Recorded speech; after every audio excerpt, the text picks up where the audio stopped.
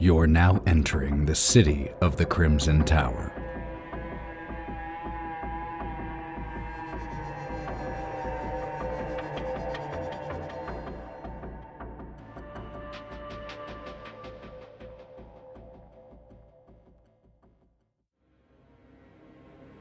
When we last left our 5, again I hesitate to call you all heroes, but our 5 wanderers, you had followed the plea of 2 children in the streets of a strange town that you'd never been in before, called Bridgewater, and they begged you for help, saving their younger brother Walter and their parents. And so you entered their house, a house you had previously not even noticed was there, and began to investigate. You quickly headed up to the 3rd floor, where you found the nursemaid suite. And the nursemaid, but no longer living. And Walter was nowhere to be found. Heading up to the attic, you discovered the bodies of the 2 children who had implored you. And it was with their assistance that you found an entryway to the basement, where Rosa, the oldest of the 2 children, told you the mother, whose name you later learned, or earlier learned actually, was Elizabeth Durst, had taken baby Walter.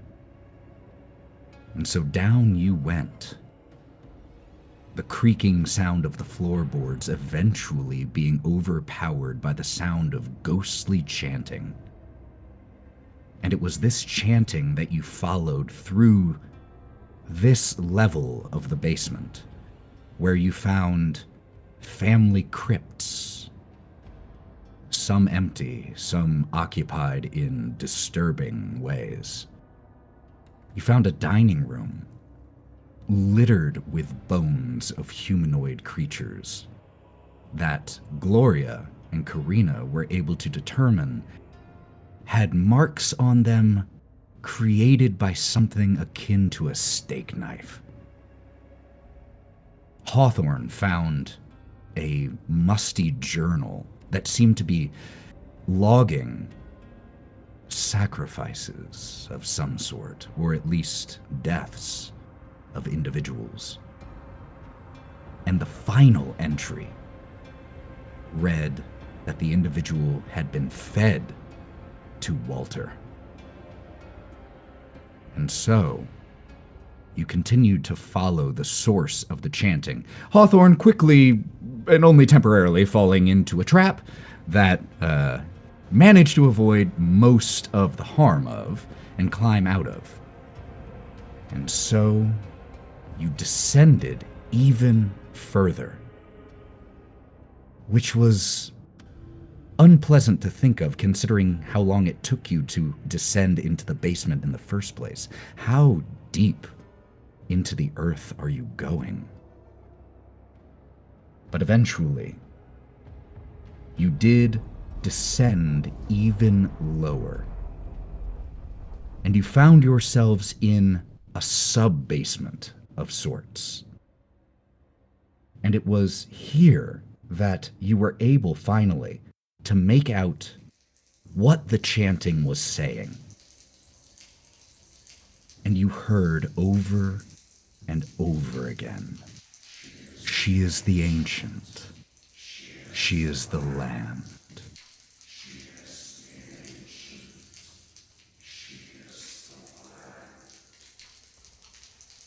Strange items in this reliquary that you all, perhaps intentionally, didn't investigate too deeply.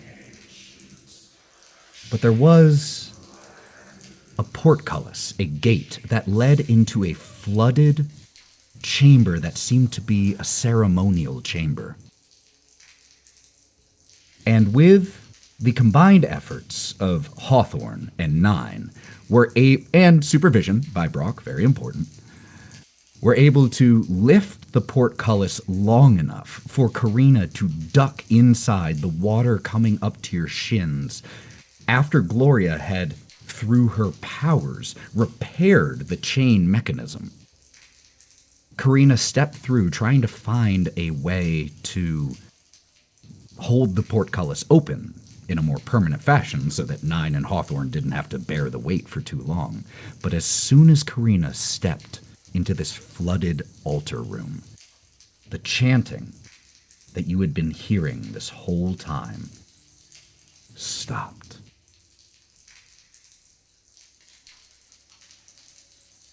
It is now eerily quiet, aside from the sound of sloshing and dripping water. You don't realize how quickly you become used to a sound until it's gone. And that chanting that had been following you since you descended into the basement makes its absence known. And so, with Gloria and Brawk still on the other side of the portcullis, Nyne and Hawthorne underneath it supporting it, and Karina having just stepped inside this room, we return. This chamber that you are in has smooth masonry walls. It's about a 40-foot square room, and the acoustics in here are excellent. Your breathing, as you support this weight of the portcullis, echoes off of these walls. The splashing as Karina attempts to find a way to hold the portcullis open echoes and reverberates. There are featureless stone pillars that support the ceiling down here, murky water covering most of the floor. There are dry stone ledges that hug the wall of this 40-foot chamber, only about 4 feet wide each. And there are stairs that lead up to those stone ledges, so it is possible to be in this room and be dry. In the middle of the room, more stairs rise to form an octagonal dais that also rises above the water. And you're able to see now, and you weren't able to see it when you were looking through the portcullis, that there are rusty chains that hang from the ceiling here. They dangle directly above the stone altar. And the altar itself is carved with hideous depictions. Grasping ghouls, and it is stained. You can see, Karina, with dried blood all over it. From right here, because you are focused on trying to find a way to hold the portcullis open, right now that's all you can currently see.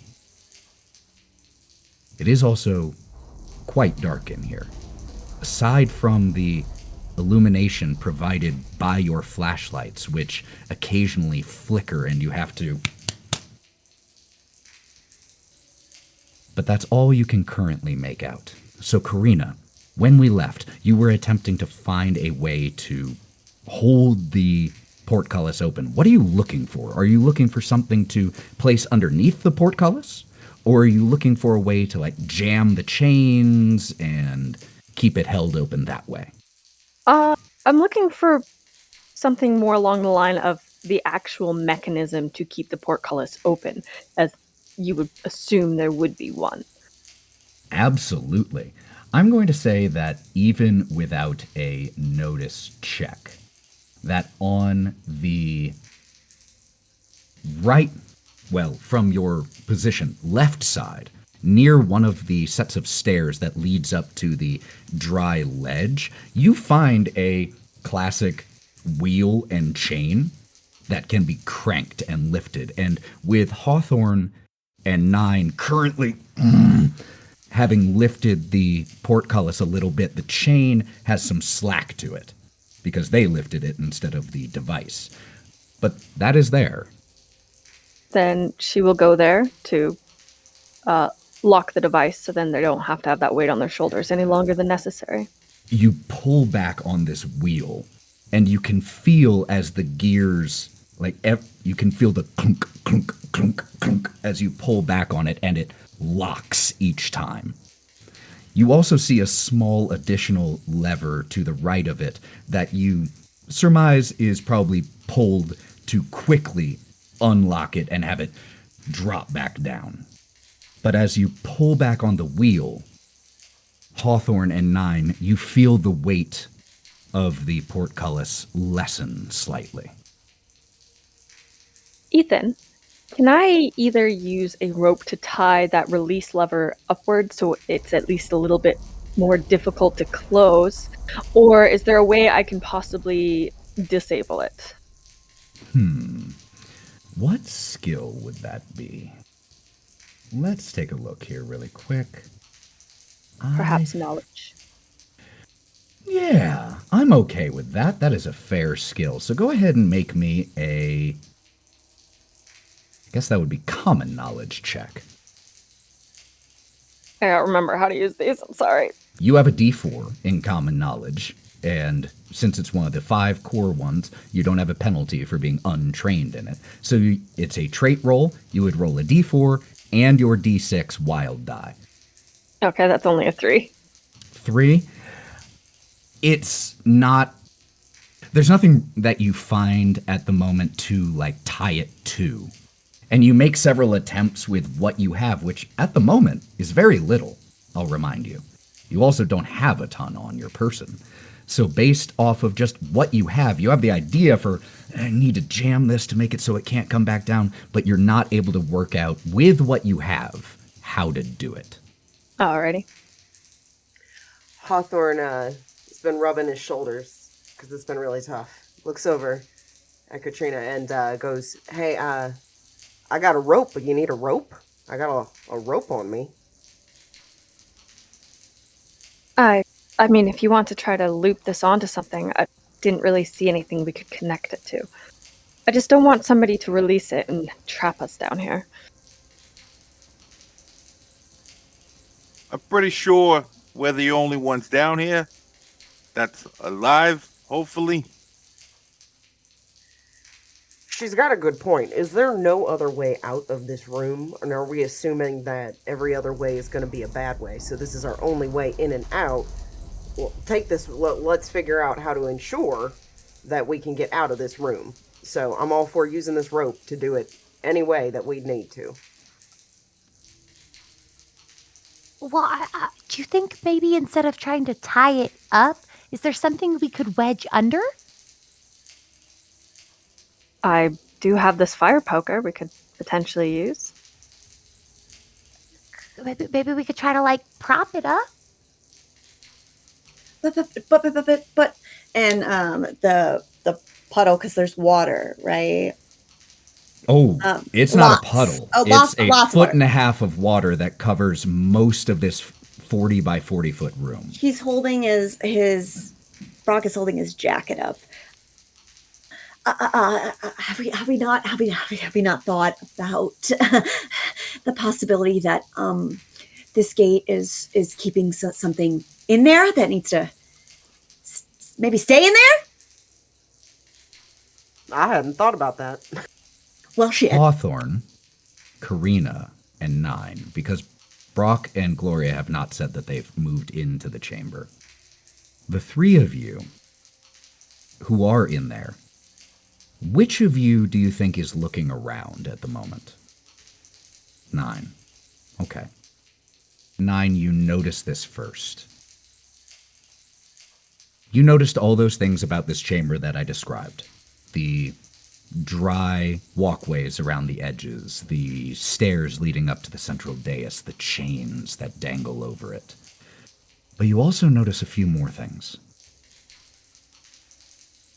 On top of the dais, there's a shape, small. So small. That looks like a small white bundle.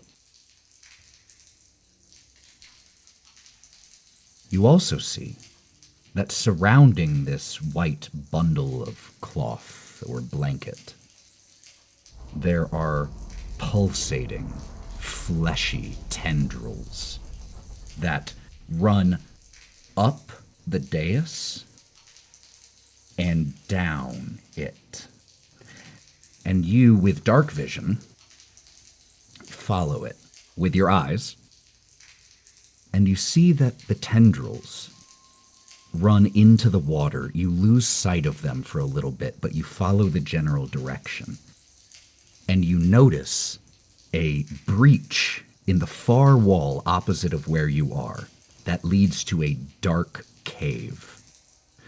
The walls around this breach are covered in thicker versions of these tendrils, pulsing, undulating, oozing, their fleshy masses connecting to something in that breach, in that hole in the wall. You can't make out what it is, but it's big. And one of the reasons you can't make out what it is because it's slightly amorphous in its shape. But you can see as you watch, and your eyes can't help but linger on it for just a moment, even though from here it's barely a silhouette.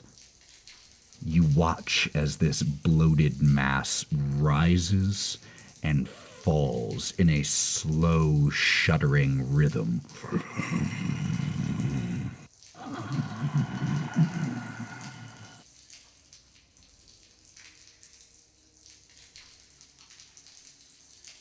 Now, this all happens while they're arguing or they're talking about what to do with the fire poker, and You take all this in about 10 seconds.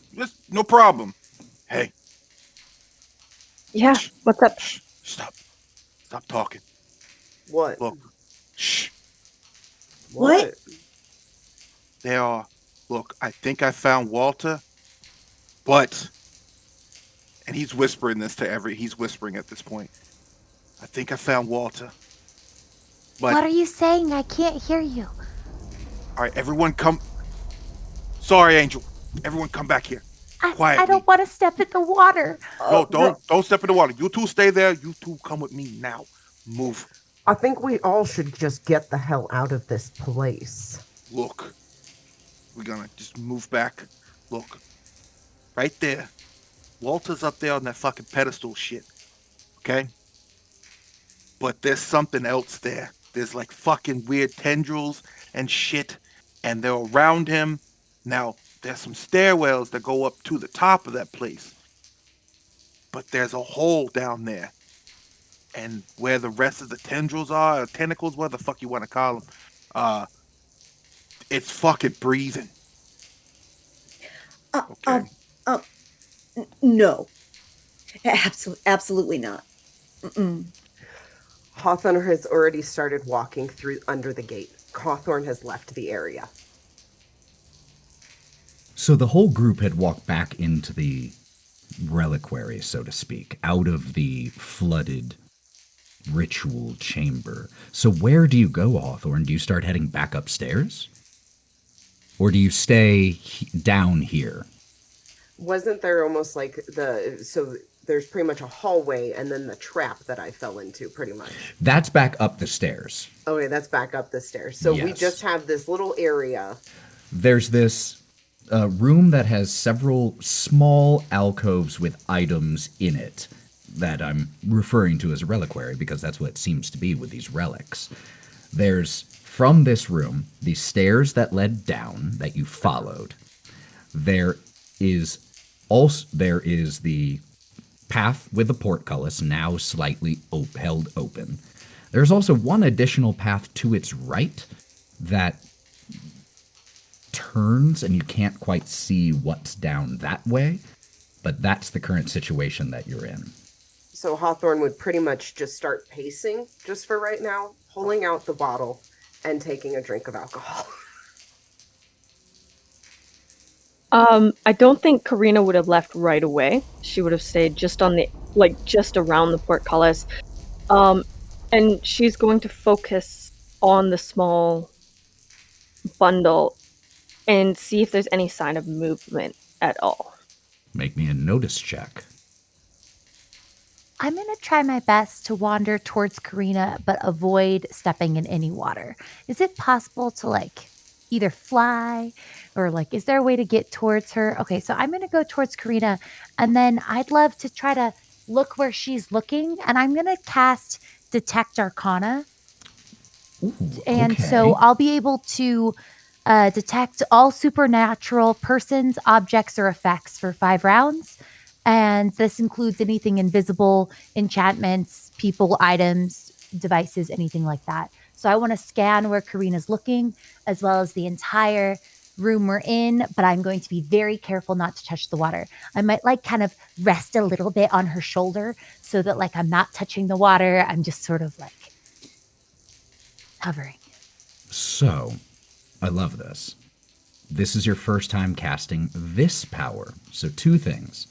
You will have to make a roll for it, but before you do that, what does it look like when you cast this, when you use this power?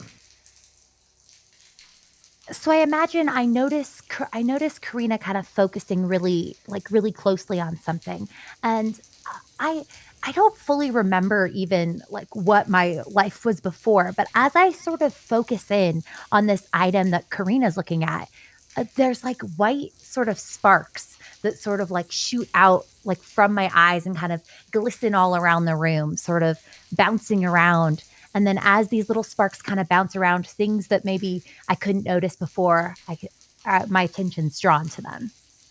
Great description. Take a Benny.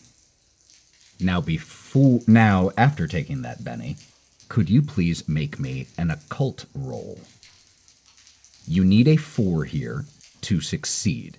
If you fail, there are possibilities of problems. Yes. Okay, let's see.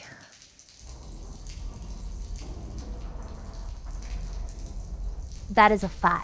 5. So the power goes off, no problem. These white sparks emanate from Gloria's eyes, mostly because it is vision and seeing this. And no one but Gloria sees the rest, because to everyone else they seem to kind of dissipate. But not for you, Gloria. These white sparks swim in front of your vision like fireflies. And then, in a spiraling swirl, they fly the direction that Nyne pointed out. That breach in the wall. And they outline this thing there. What it is, you don't really have words for. But you know a few things with this power. You didn't get a raise, so you don't learn about its weaknesses. But I will say that you know one thing about its abilities with this. And it's something that is almost medical, more than magical, in that you see how large it is, and it is big. And a part of you can't help but know, oh, if that thing has a mouth, it could swallow any one of us whole. I'm going to perch a little bit more on Karina and distract her a little. I know she was trying to actively trying to look at something. And be like, okay. So Gloria, what's wrong? I can see something that I think is invisible right by that door.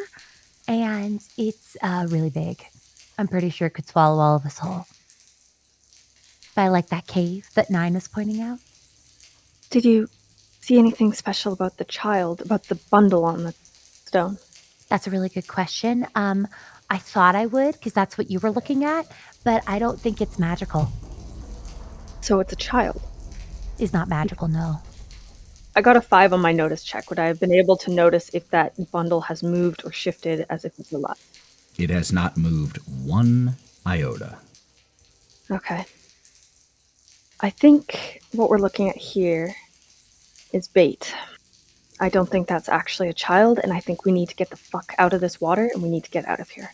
Yeah, I don't Because think we this should be in thing the is water huge. at all. I agree with you completely, 100%.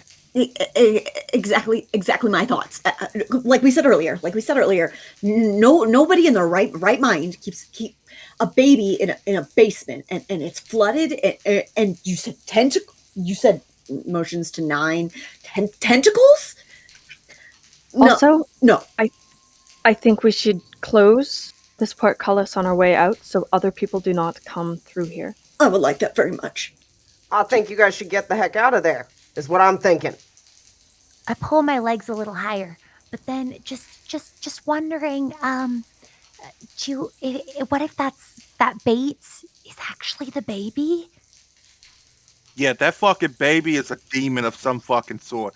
No. I can tell if it's magic, and the bundle isn't magic. But the bundle hasn't moved, Gloria. It hasn't moved. Is it alive? Nothing in this place has been alive. I think that the thing that's invisible by the tunnel might be alive. I'm getting strong, alive vibes. Great. That thing is fucking breathing. That up Go there, ask for a not date or breathing. something if you really want to go talk to it, Gloria. I mean, fly on over there. I'm getting the hell out of this No, place. I don't want a date from that. Gloria, You can do better. Yeah. because of the fact that you're flying slightly, you're more hovering than anything, but it gives you another foot or two of visibility compared to just makes you a little bit taller. The lights that you saw, the sparkles, they eventually dissipate from that shape, that thing. And before disappearing entirely, they fly back over to the altar and do just a quick circle and then disappear. You don't know why you know this, because this is the first time you've ever done this. Ever. So you don't know why you understand how this ability works. But you know that it was not something magical, but it was trying to pull your attention towards something on the altar. Gloria, what do you see?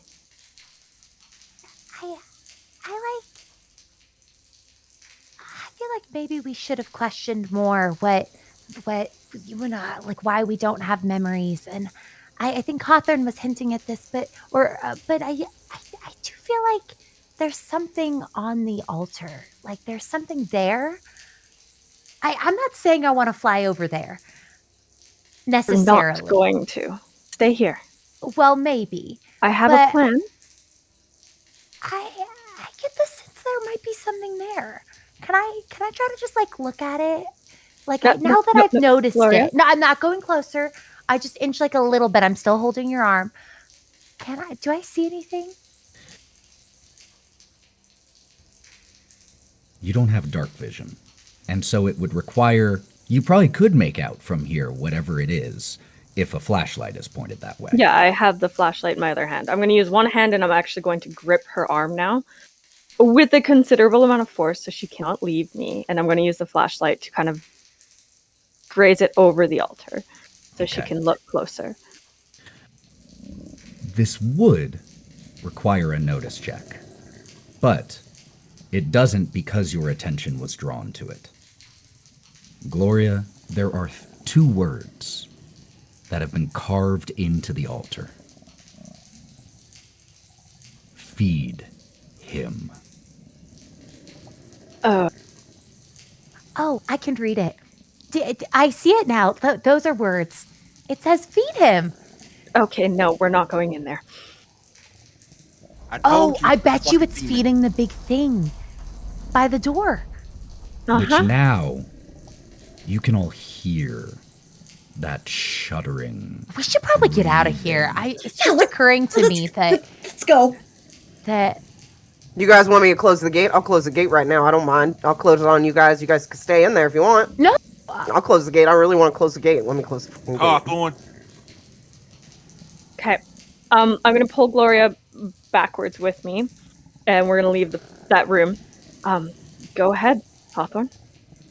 close the gate. Did you see like a weapon up by the baby or something? Is that what you were looking at, Anna Margaret? Oh, Oh. sorry, Gloria. Oh, What the fuck is that? you know, I do think Sorry, that words can that what you often saw, be wielded Gloria? as weapons. And so in some ways there was something there that could be construed as a weapon. It said feed him. And then Hawthorne's just gonna... I don't know if we actually have set it in a way that we can close it again, but we're gonna close the gate. I think we have to go in to close the gate. Okay. Do we have a poker? Do we have the poker? Wait. Okay, Hawthorne, Yeah. you need to hold the gate open. I will release it and go back through the gate. I don't want to go to the other side of this room. You I'm don't staying ha- over here. Well, somebody has to hold the fucking gate open, otherwise it's gonna close me inside. Look, hey, look, you scaredy fucking cats. I'll hold the fucking gate open. Oh, No, I don't can make that try. joke. Don't I'll make try the to fucking hold joke. the gate open. I mean, No, I don't know yeah, about that. I love you Gloria. so I don't much. know. No, I don't won't step think in you the can water. hold- I've changed my mind. I'm We've sorry. got it. We've got it. Okay, Nyne, get the gate. Get the gate. You better hurry yourself up. I about 2 seconds. I'll stand here. Hold one end of this rope. I'm gonna tie the other end to me so you can pull me back in case something goes awry. Okay. Here you go. Stand still.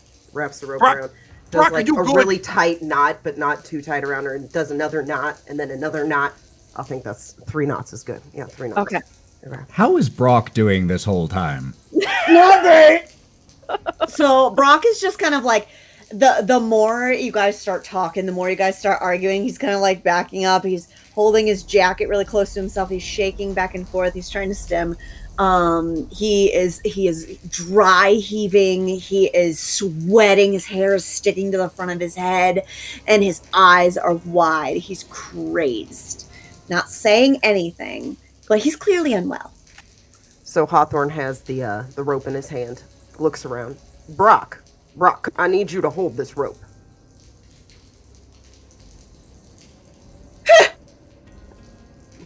Gloria, watch Brawk, okay? Just want to keep an eye on him. Okay. Can we All right. hurry this up, please? This son of a Yes. bitch is heavy. I'm Okay. gonna grab that handkerchief that I told you I had, and I'll put a little bit of like perfume on it and try to like wave it in front of Brawk. Like smelling salts with perfume. You all Thank you. So, You- tie around Karina, have it secured. Hawthorne and Nyne get ready to shoulder the weight again. Karina, you step back in, splashing. I am just booking shit to the lock, releasing it, and coming back. I'm not looking. I'm not waiting. Well, then we see Oh, great. as Karina Fantastic. steps foot back into the chamber that she is able to go unlock the mechanism, and the weight comes back down on Hawthorne and Nyne, and without much difficulty, Karina is able to duck back under, and the two of you, if you want, can safely lower the portcullis back down. Fuck.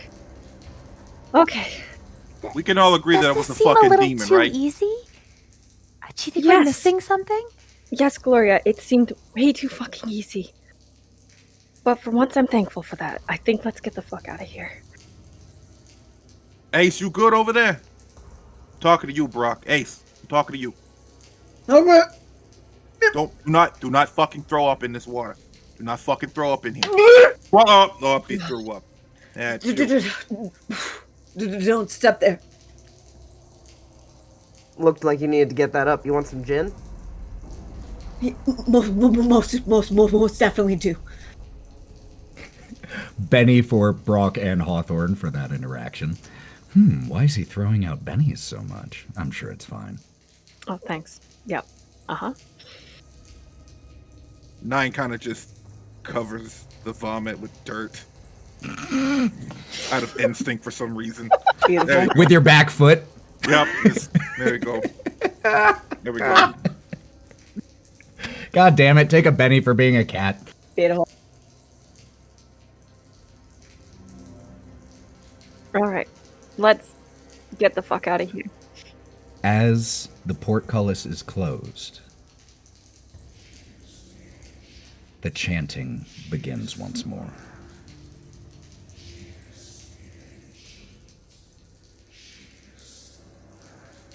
You know, That's fucking sus. This is probably gonna bite us in the ass later on in life, but you know what? That's a problem for future us and not present us. And I'm okay with that. Hallucinations, group ones. Brawk, this is 100% real right now. Nope. I thought they were actually coming after us, so I'm happy. I'm happy I'm hearing them again. It's like a welcoming sound, strangely. Delusion is oddly comforting. Gloria, Okay. are you okay? I just can't. I have to know. Can I go a little? Can I try to look through now that the chanting's back? Can I like try to like poke? Can you point the flashlight at the table? I feel like something might have changed. Once again, Karina's going to hold Gloria's hand as she gets closer, and she will flash the light through the bars of the portcullis. Seems unchanged in here. The chanting is definitely like coming from this room, right? The chanting is definitely coming from this floor. Where? It's a little, especially with the acoustics of down here, it's a little difficult to pinpoint because maybe there is no pin to point. Why would it stop when we opened the gate? Maybe. And he pushes his glasses up and he smooths his greasy wet hair back on his skull. Maybe it is like an alarm.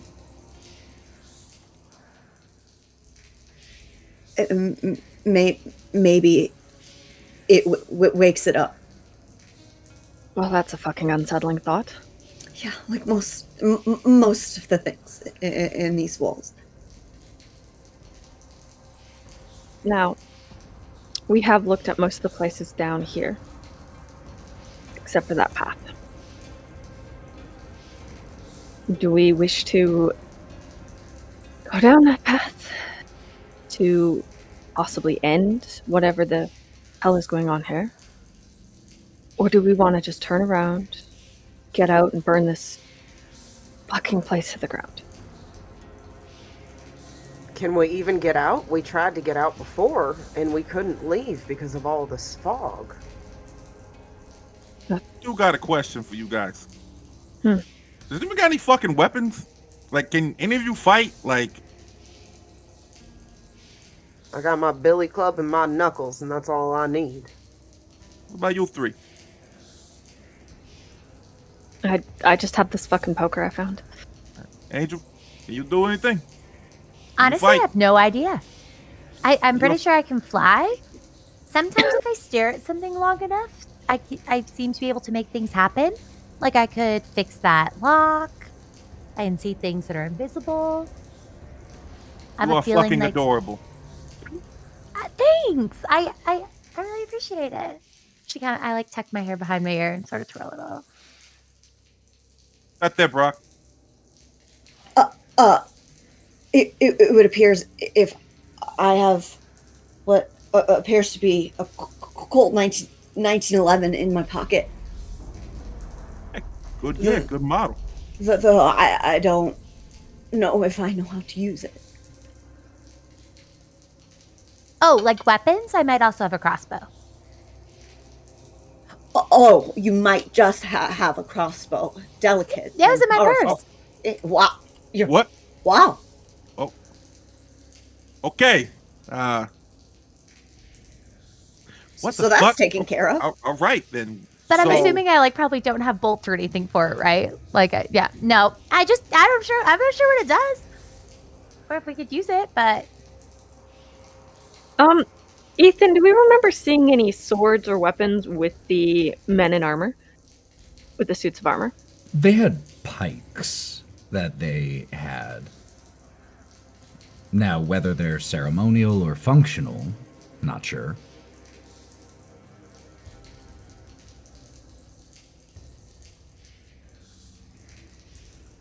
Well, What do you want to do? Are you guys feel underprepared or something? Or do you guys feel unprepared in this situation right now? I feel unprepared in all situations, to be fair. That was literally what I was going to say. Oh, Jinx. Nyne, why are you asking? Are you thinking we need to fight that thing? To be honest, I think that might be the only way we get out of this fucking place. You think it's making the fog? This fucking place is alive. And when most people, look, I'm not very book smart like most of you, but whenever I hear a heartbeat, that means there's something living. That's usually I know when it stops beating, then I know it's dead. That's beating real loud.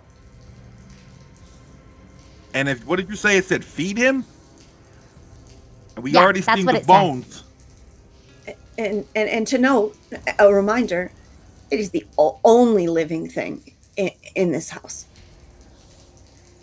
I keep hearing people, so there's got to be something else down here saying something, unless they got a recording, of course. Yeah. But also, this kind of seems like a puppet, not the puppet master. It seems sort of like something big that's not making the calls. That's but what it's I was something thinking. they're sacrificing with. Because of that book, somebody wrote in that book, somebody was feeding whatever the child has become. And I'm assuming the child's become whatever that flesh monstrosity is. Cut the fucking strings. What's up, Ace? And he scratches the back of his head a little too hard. He goes, I can't hear, and his hand starts to shake as he puts it on his forehead. I can't hear over the chanting. Can you? Can we? Do we hear any other? Yeah, you can still hear the water. You can still hear each other. I think it's just getting to Brawk a little bit. You okay, Brawk? I don't think too hard. That's why, it's not bothering me too much. All I can do is think. All I can do, and he starts going back and forth. All I can do is think. Since we got here, we saw the kids, and then the fog came, and we were lured here. We were lured here. This feed us. We are the feed. And I can't. And he tries to stabilize himself within the stairwell that goes up.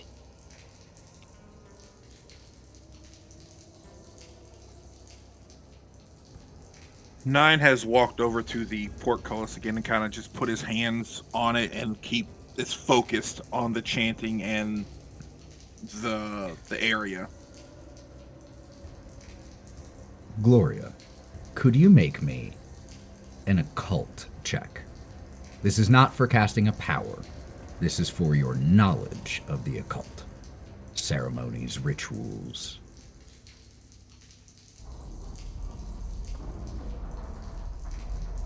That's a 5. 5, so that's a success. You get the impression, based off of the dais, the tendrils feed him, and the chains. Oh, those chains tell you something. And that is, whomever, according to the journal that Hawthorne found, at least one individual had been, quote, fed to someone. The chains tell you that that individual was alive when it happened.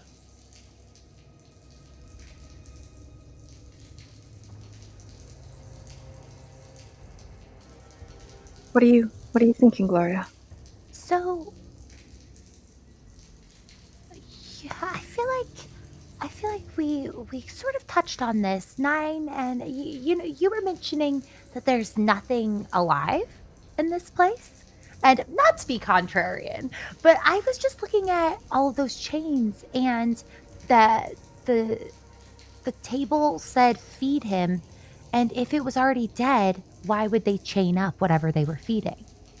And so I feel like what they were feeding him was alive. So you're saying we have to feed him something alive? Well, I have kind of two thoughts. Either, yeah, we could feed him something alive, or maybe we don't have to be as scared of people trying to kill us if they're trying to feed us to him, because we'd have to be alive. So, like, I don't know. I kind of have two thoughts there that, like, maybe we're a little bit more safe, because if we were going to be fed to the monster, we'd have to be alive for that. Or if we want to learn more about the monster, we should probably feed it something alive. Those are kind of the two directions my mind's go. Brawk passes out. Oh, oops. Sorry. I was just brainstorming, just like throwing ideas at the wall. Hawthorne goes over to Brawk and picks Brawk up and is holding Brawk in his arms. Okay. I start waving the perfume handkerchief in front of Brock's face again. So we find another body to feed it. Somebody else who's alive. Do we even remember seeing anyone alive in this house besides us?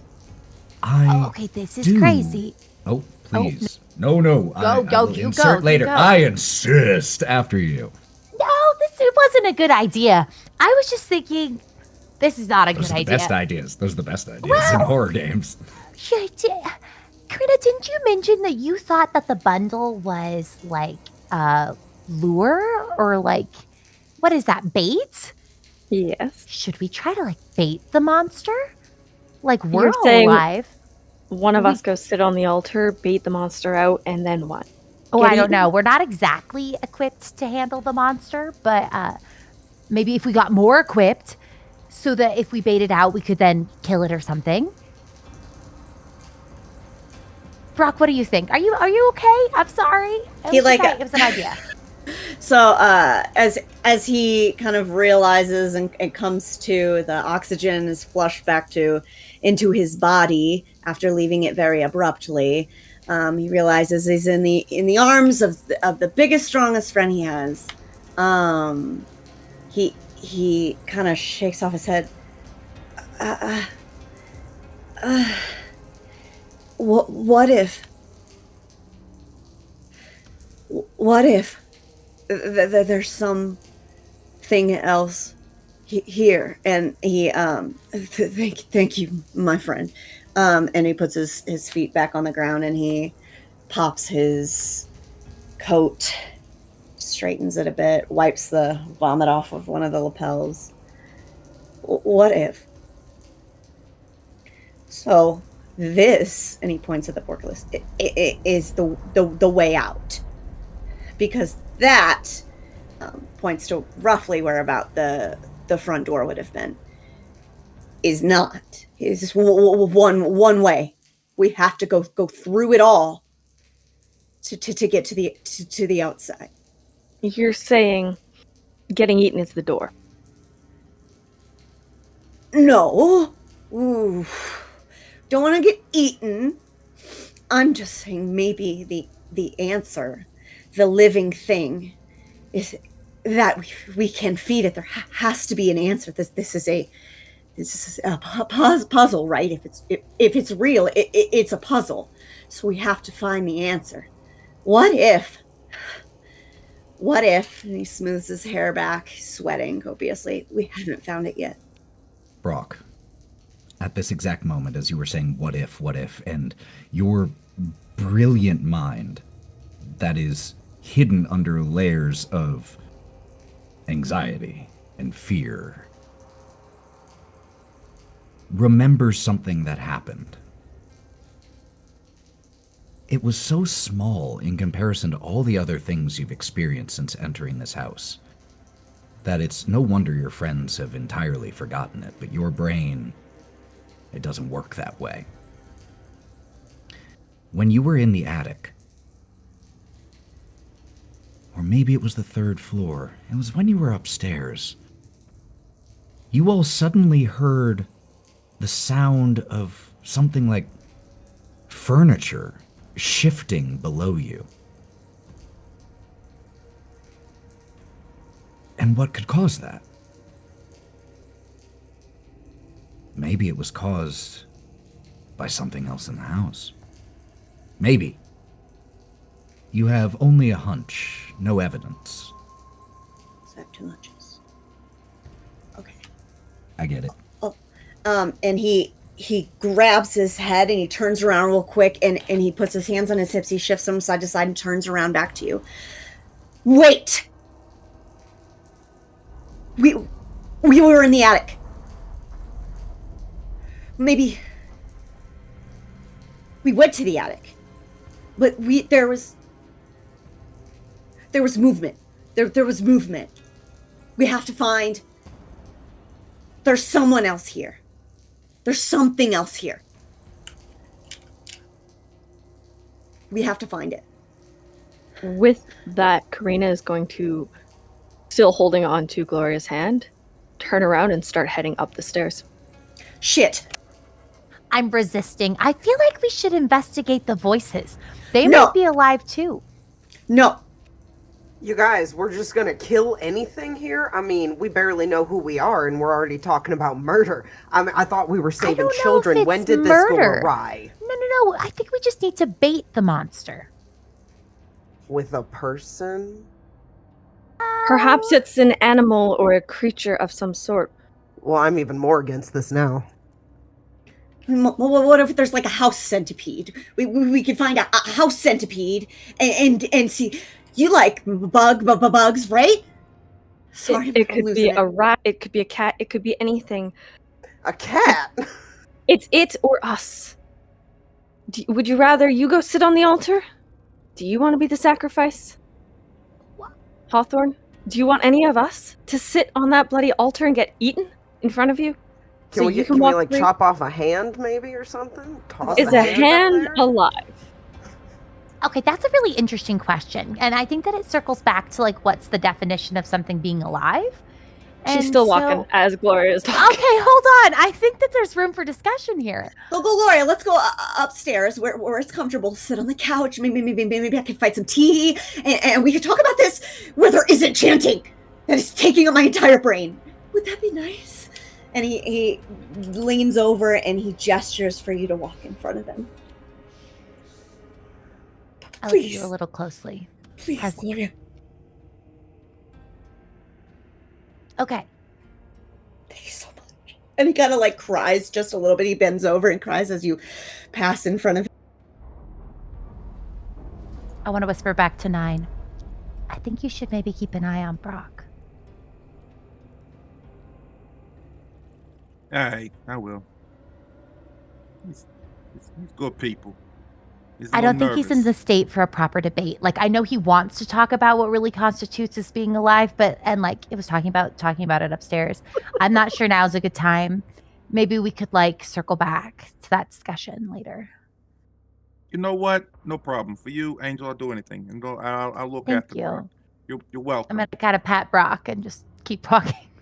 So, you all once again begin to ascend these earthen stone steps that led you down to this sub-basement. While you're doing so, Karina, you also get a Benny for giving into the horror tropes by going back into the dangerous room. You climb back up these steps. It doesn't take you long. So I have a quick question for you all, and that is, correct me if I'm wrong, but the intent is to leave the basement entirely and return back to the main part of the house. Is that correct? That's I'm behind where Karina everybody. is going. Yeah. She's gonna start on the first floor and open every door.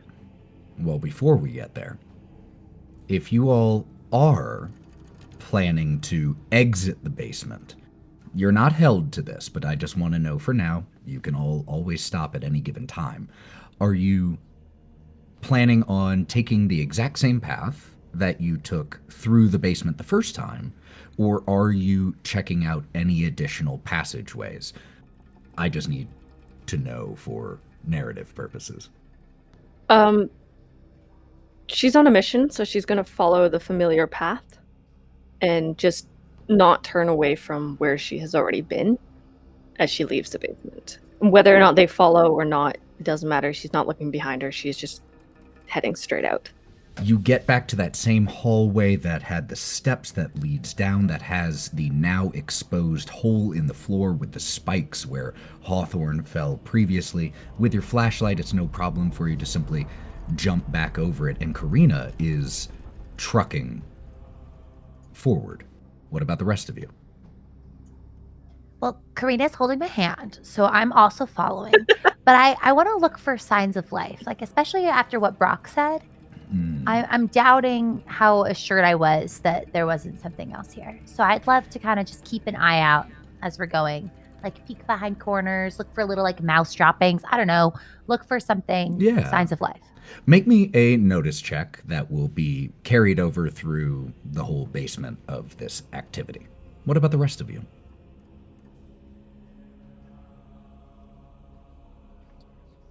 Nyne's keeping an eye on Brawk because Brock's not doing so hot. Hey, Brawk, what are you good, dude?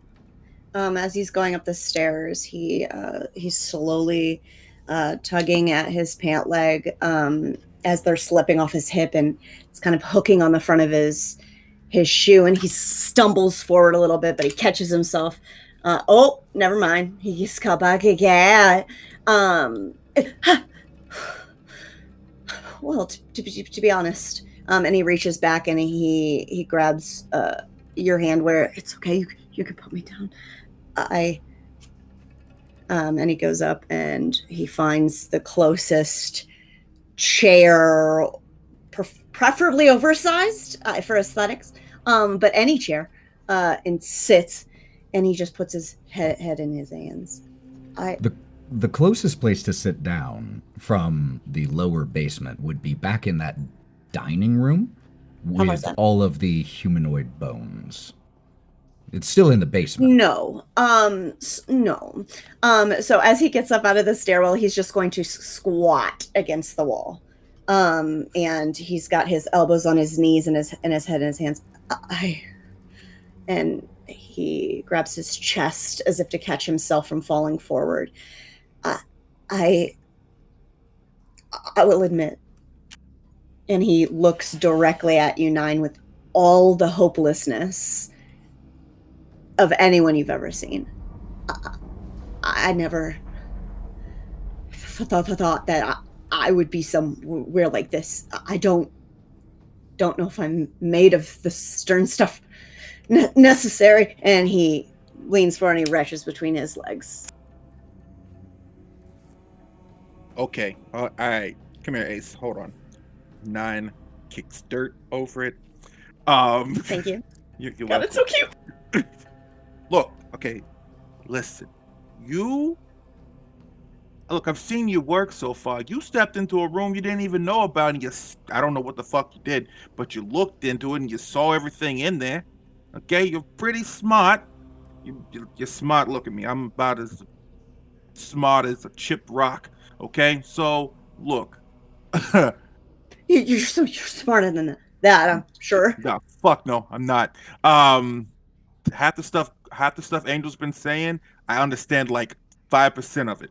I know certain words. She used a big word earlier, and I have fucking no idea what it is.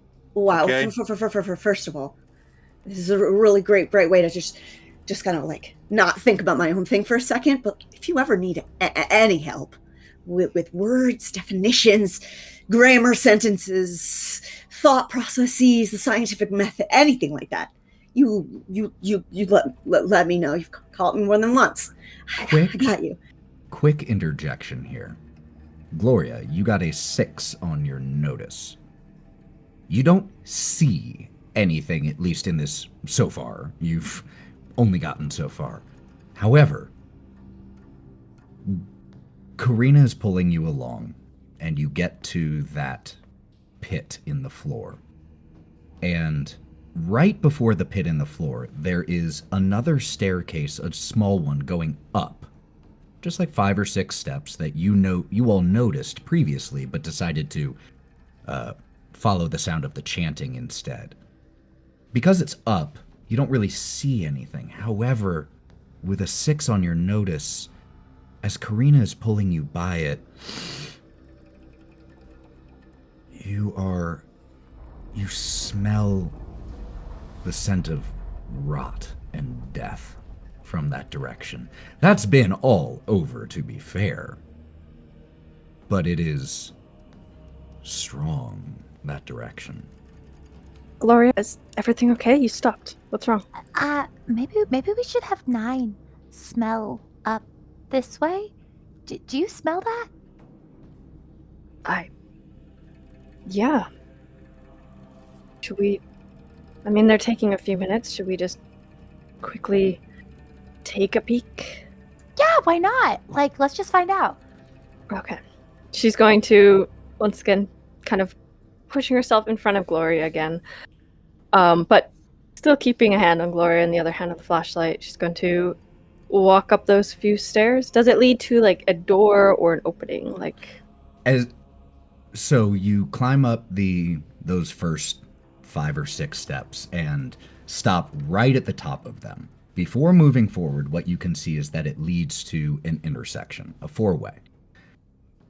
Based off of your current understanding of the layout of this basement, you're a fairly intelligent individual, you think that to the left on this intersection heads back to the dining room, which tracks because there was a door on the southern side of the dining room that you didn't explore, so that would make sense.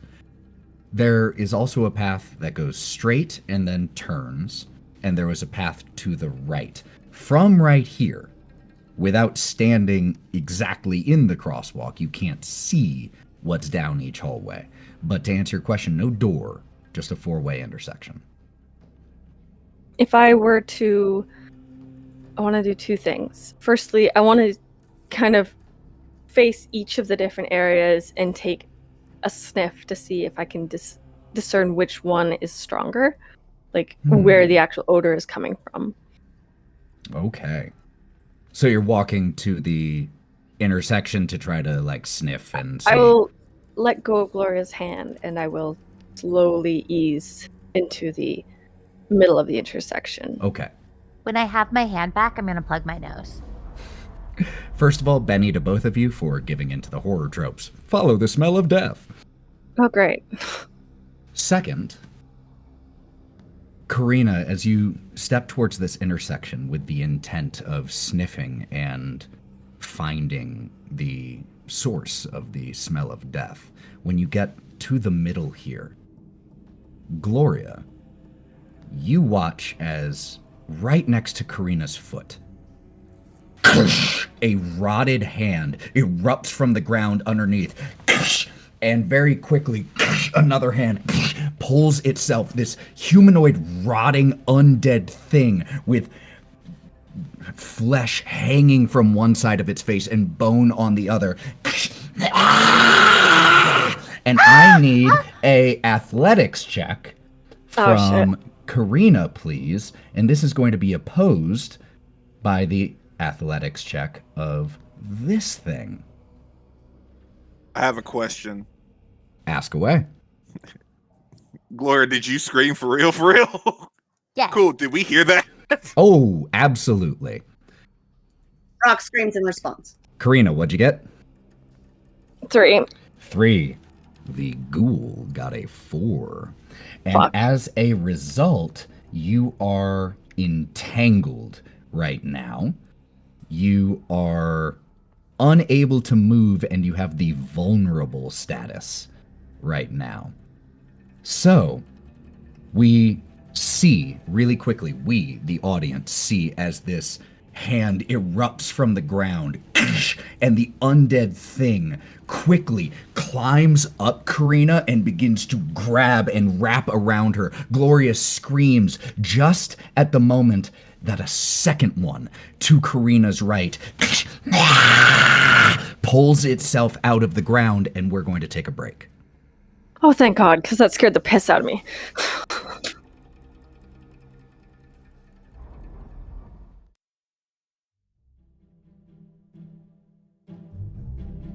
Hey everybody, Ethan, your resident GM here. We at Go Buff Yourself sincerely hope you're enjoying this episode of the City of the Crimson Tower. And if you are, you should be sure to check out our other actual play, The Wild Beyond. It's a much wackier adventure with a very different tone, but a lot of fun. Our main characters, the Wild Things, set off from the Witchlight Carnival to the Feywild to figure out what exactly is going on there. Alright, that's enough with the advertisements. Let's get back to the show.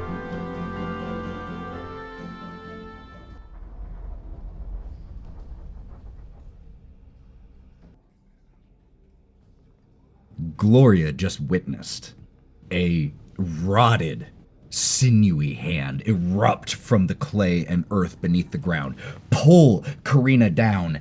You watched as this ghoul climbed up Karina's body with incredible speed and strength and is beginning to try to dig its overly long, yellowed fingernails and its fang-like teeth, trying to sink its teeth into Karina. And at the same time, you notice just to the edge of your vision, right in the mouth of the hallway to the right of Karina, a second rotted, undead figure pull itself up from the ground and stand, the dust and rubble falling from its shoulders and arms. And so we begin our first combat. We have dealt our action cards, and just so you all know, if you aren't used to Savage Worlds, instead of rolling for initiative, we deal out cards, and depending on the number and the suit, influences when you go. If you get a Joker, you can go whenever you want, even in the middle of someone else's turn. The cards are also redealt each round. So, at the moment, our initiative order stands as Hawthorne, followed by Brawk, then Nyne, then Karina, then Gloria. So, Hawthorne, where were you in relation to these two when you heard Gloria's scream? So Hawthorne was the last one of them trailing behind, impulsively, pretty much not wanting to go, but wanting to look down every hallway that they weren't going to go down. Then he sees them turn down this hallway. He smells, and he's like, I don't want to go there. So he just leans up against a wall, and then he hears a scream. And so I don't know how far I am away from him, but he would bolt into the hallway towards the girls. If you were already close to the top of the stairs, then you were only 15 feet away. So totally you can get there. I would run over, and the first thing Hawthorne will do is pretty much try and separate Karina and the undead guy, either by taking his brass knuckles and just punching the shit out of him, and then pulling them apart. Well, which of those do you want to do? Do you want to punch? You could also do both. You could punch and try to pull off as a multi-action. I think it would be a multi-action because I feel like he would be clinging to him so much, to her so much that he would have to punch him a little to get him to uncling to then separate. Okay, so the order of your actions, just to make sure I understand, is first you're going to try to punch, and then you're going to try to separate, pull the ghoul off. And I'll be using the brass knuckles with it if that helps. Absolutely. So first, let's go ahead and roll a fighting roll, and this is going to be against the parry score of the ghoul. The ghoul has a parry of 5. And will this multi-action be considered one or two actions? We're doing two actions. This is two separate actions, so it will on this roll. Okay. -2 on each one. Yes. Do remember your bennies, though. You can re-roll things. Okay, so that was my fighting one is a 4. So, as of right now, because its parry is 5, that is going to be a miss. Do you want to re-roll anything? Yeah, I'll use one Benny to re-roll. Okay. Go ahead and just make that same roll again. Oh, actually, I'm sorry. I just checked a ruling here. Because I was wondering about this. Because the ghoul is grappling, it is also vulnerable, which means attacks against it are also made with a +2. So your first roll The +2 countered the -2 from the multi-action, and it was actually a 6, which is enough to beat its parry. So your first attack hits. Go ahead and roll damage against the ghoul's toughness. It's your strength die plus a D4, just for all those keeping track at home. Oh! Ooh, 11. and the D4 exploded. Huge, 11 damage. Its toughness was 6, which means not only did you beat it by 4. So that is going to be shaken and 1 wound against this thing. Could you describe this attack, please? So Hawthorne, hearing the noise, instinctually just blunders in like pretty much a raging bull in through the way, and then just runs up to Karina, taking pretty much her in one arm and his fists in the other, and just banging it until he can pull one side of the arm and rip it off of her, throwing it down the hallway a little bit.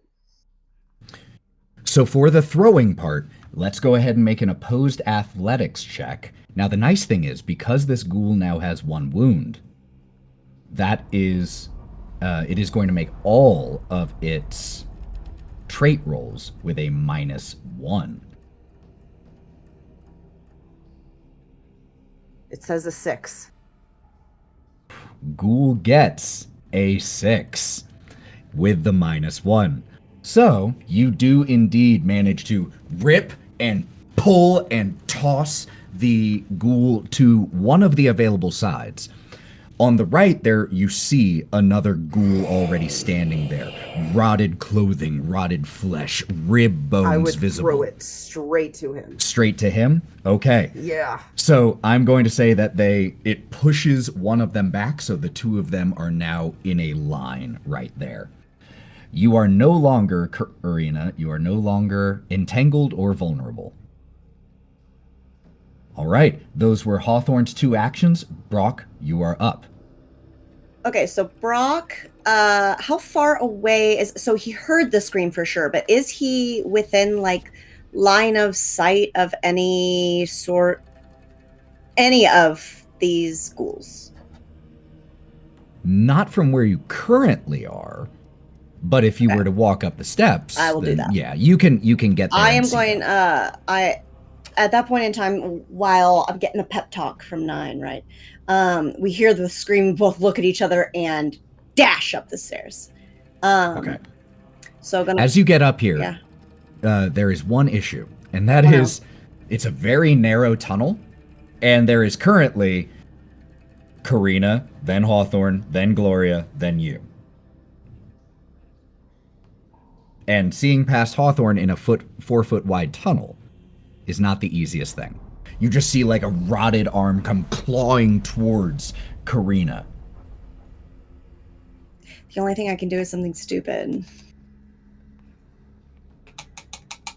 Brawk is going to get up the stairs and he's going to see this chaos, and instinctively his eyes are going to widen and he's going to stand a little bit taller, and he reaches into his pocket and he pulls out his gun. You instinctually, and you're not even sure why, before you fire, you take a look at the clip and you see that you have 4 shots. And as he checks this clip, something switches in Brawk. He feels like he's held a gun before and that he's good at it. And he's going to line up and he is going to wait until shooting. Okay. Right when he gets that and one. Are you only making 1 shot? 1. Okay. Because everybody's going to go deaf in this fucking place. This is still going, because of the visibility, this is going to be with a -2. But your target is a 4. Okay. With shooting, it's always a 4. Okay. But there is a -2. Okay. Let's hope you don't critically fail. Please don't shoot me. Okay, oh my god. Okay. I'm just so worried I'm going to kill one of you. You have bennies. That's what bennies are for. Speaking of which, I forgot to mention at the top of this that Karina did spend 1 benny to redraw her action card, which means I have a benny now. Forgot about that. Okay. I got a 2, so I'm gonna probably want to spend a Benny to fix that if at all possible. Sure. I'll take another Benny.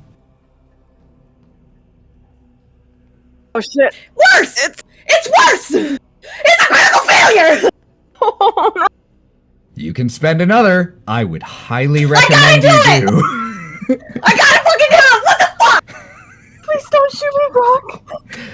A critical failure, just so all of you watching and listening at home know, in this game is when both the wild die and the other die, that the wild cards, as the PCs are called, if they're both a 1. Don't shoot me, Brawk. I hate everything. Bye, guys.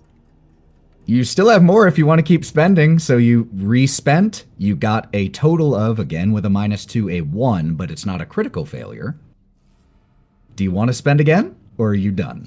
If I spend any more Bennies, I can't do anything the rest of this. Okay. session. Could you describe how blessedly this shot doesn't hit any of your friends? Oh! But could you describe this shot? Okay. Well, that being said, I think I can add flavor to this.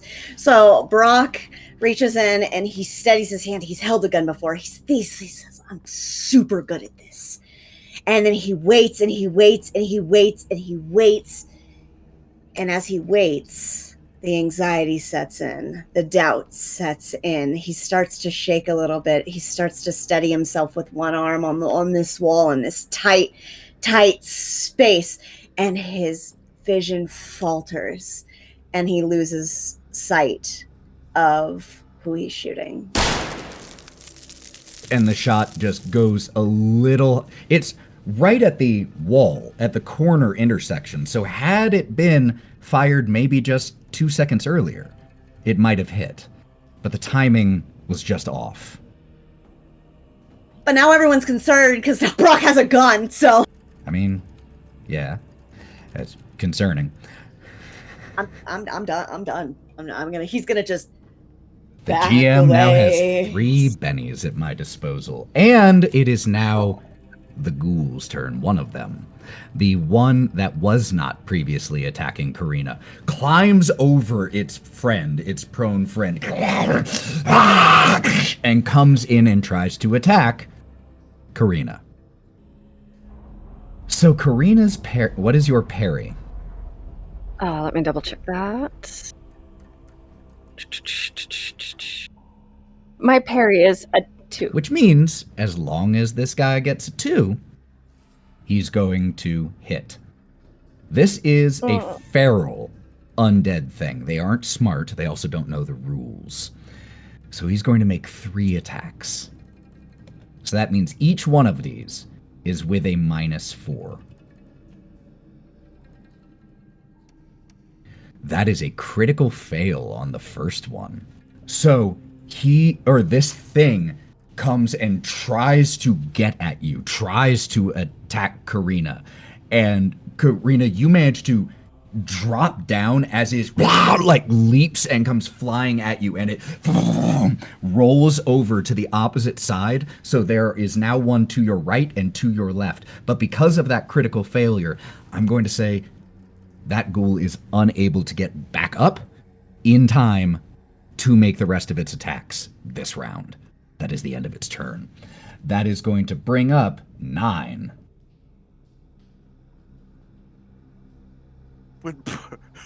As Brawk fires off the gun, this shit rings. Okay, you know what? It's fine. Where'd you get a fucking gun from again? I forgot. Where'd you get a gun? I thought you knew how to shoot a thing. Nyne's going to step around Brawk and just put Brawk's arm down with the gun. I'm going to go in front of you. Please do not shoot me.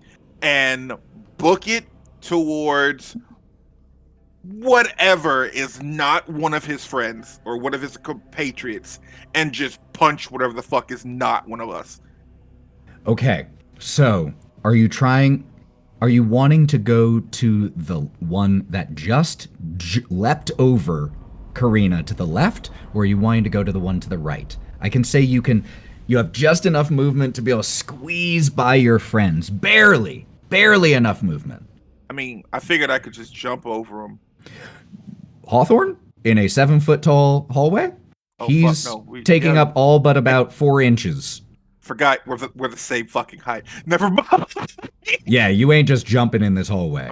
You have to Doing that. squeeze through, and so you have to make this decision before you even try. Do you go left or right? We gonna go which way? Hawthorne, which one are you at? I don't know. I'd go for the one on the right, man. Go for the one on the right. Go, we're gonna swing right. Okay. You, with, like I said, just enough movement, you manage to get to the one on the right, which is still prone at this exact moment. And so, were you making 1 attack, 2 attacks, 3 attacks? What you doing? What's your turn? Oh, it's prone? And we're gonna jump on top of that son of a bitch and keep clawing until it starts making a noise. So how many attacks? Just one for right now. Okay. So, go ahead and make me a fighting roll. Now, because this ghoul is prone, it has a -2 to its parry. Go. Fighting roll. Let me go. Boom. A 10, which means you will beat its parry at the moment, or by a raise. So that means go ahead and roll damage and add an extra d6 to it, because you got a Okay. raise. Okay. Oh, God. Yeah. Hell yeah. Yeah. Whew! 18. 18 points of damage. Its toughness is 6, which means you raise by 1, 2, 3. It only had 2 wounds remaining. Cool. Could you describe the first kill of the game? So, at this point in time, Nyne is worried about the people that he is with. Nyne, as soon as Nyne looks and past them, Nyne sees, not necessarily quintessentially sees red, locks in. His eyes go slant, or the howling cats are ready to kill something. That happens. I am going to spend one of my bennies to Okay. make a soak roll. Okay, no problem. Do it. You dealt 3 wounds to this thing. So, Okay. 1 Benny gone, that puts me at 2. I make a vigor check. I'm going to make this public to you all. 5. Oh, hold on. I forgot because this is, we're using a wild card rule. They also get to roll their wild die. So 5 is the highest. If I only take that, I'm going to spend a second Benny, and that's all I'm going to do, to try to get a raise here. I did not get it. The ghoul in the soak roll absorbs 1 of the 3 wounds, which means you still deal 2, and it still only had 2 left. So it is still incapacitated. So now, describe the result.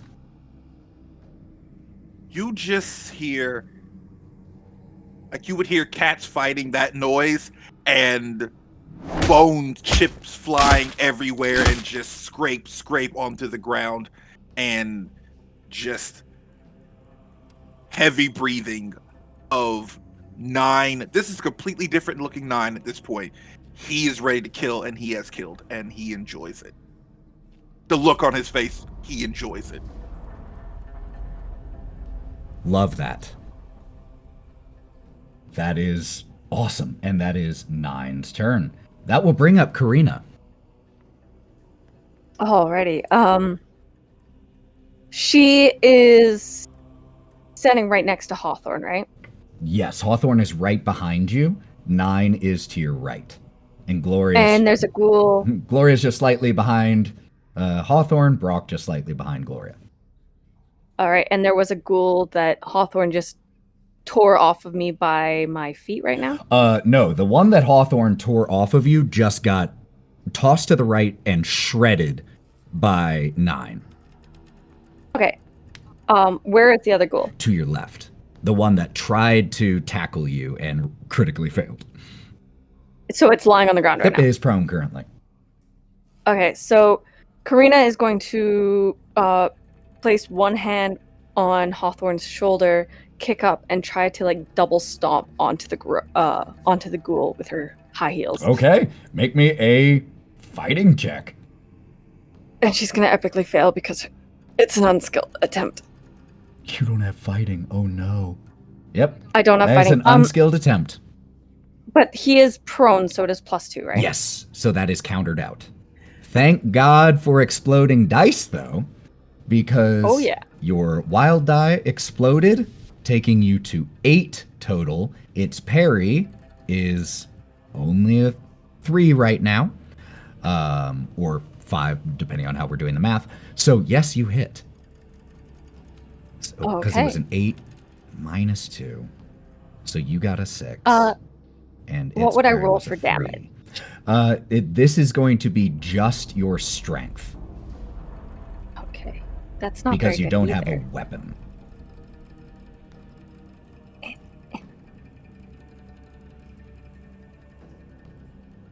Five. So in reality, because this is not an attribute test, it's a damage roll, you wouldn't even get the d6, so it is a 3. Oh. Shit, didn't realize. No, you did. Foundry did, not you. You did great. So on your damage, you get a 3. The ghoul's toughness is 6, which means that you stomp on it, but it doesn't seem to be too affected by it. Okay. And that is my turn. Gloria, you're up.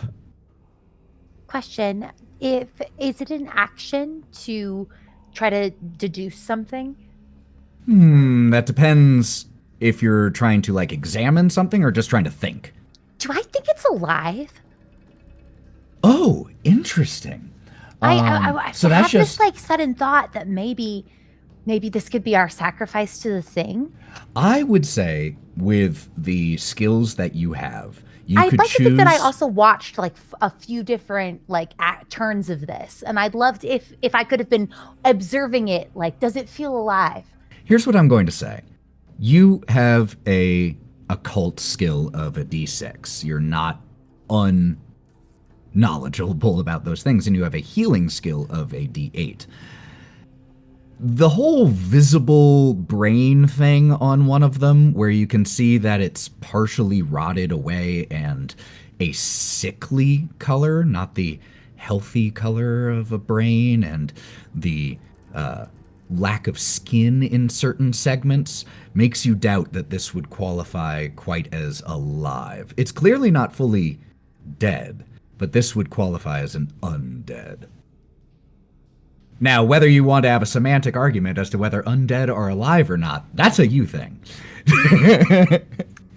You can kind of see the wheels and the gears in my head turning as I'm like going back and forth. Like, is this alive? No, this doesn't feel alive. Like, no, I'll have to talk to Brawk about it later. And so instead I am kind of like fiddling with the things in my bag, and I'm like, oh my gosh, this thing just attacked us. What do we even do?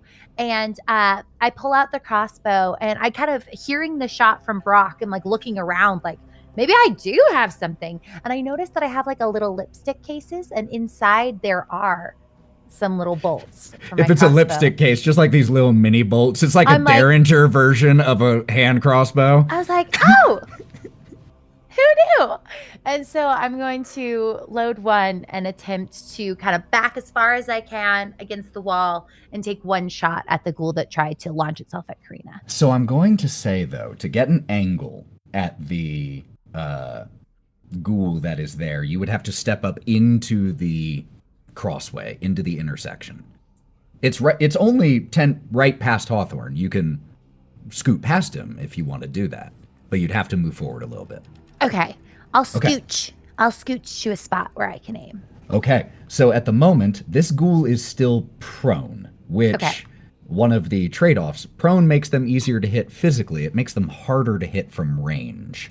So, however, how close are you? Ooh, it has a -4 penalty if you are 3 or more squares away. You are 2. So you're close enough that you don't have the -4 penalty to make a ranged attack on this ghoul. So I'm in like close range, like right over it. I mean, Karina is right in front of you and trying to stomp on this thing, and so you can just try to shoot right past Karina. How many shots are you going to make? Just one. One, okay. Roll to hit, standard shooting roll. Your target number here is 4. Ooh, 6. 6, you hit. It is not a raise, so it's standard damage, but go ahead and do the 2d4 damage that the mini crossbow does, and each of those dice can explode. But no explosion, a total of 3. You're trying to avoid Karina, and you shoot, and it pierces into the thigh of this ghoul and doesn't even stop its screaming and screeching. Doesn't seem like it did too much.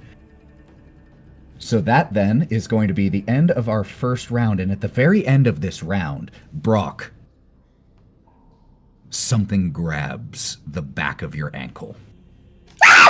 And a third of these creatures pulls itself up and starts to climb on you. Or try to. So we are going to re-deal out our cards here really quick. Brawk gets a 2 of diamonds. The first ghoul, 4 of clubs. 4 of hearts for the second ghoul. King of clubs for Gloria. 6 of spades for Hawthorne. 10 of hearts for Karina. And 3 of clubs for Nyne, which makes our order for this round Gloria, Karina, Hawthorne, Nyne, and Brawk. So Gloria, you're up again. Shaking myself off. Like, at least I hit it. Okay. I'm going to go. It's still prone on the ground. Yes, it is. Hasn't gotten its turn. Yeah. Okay. I think, I'm looking down and I do only have 3 shots, but it looked like it was jumping my friends. I think I'll attempt to hit.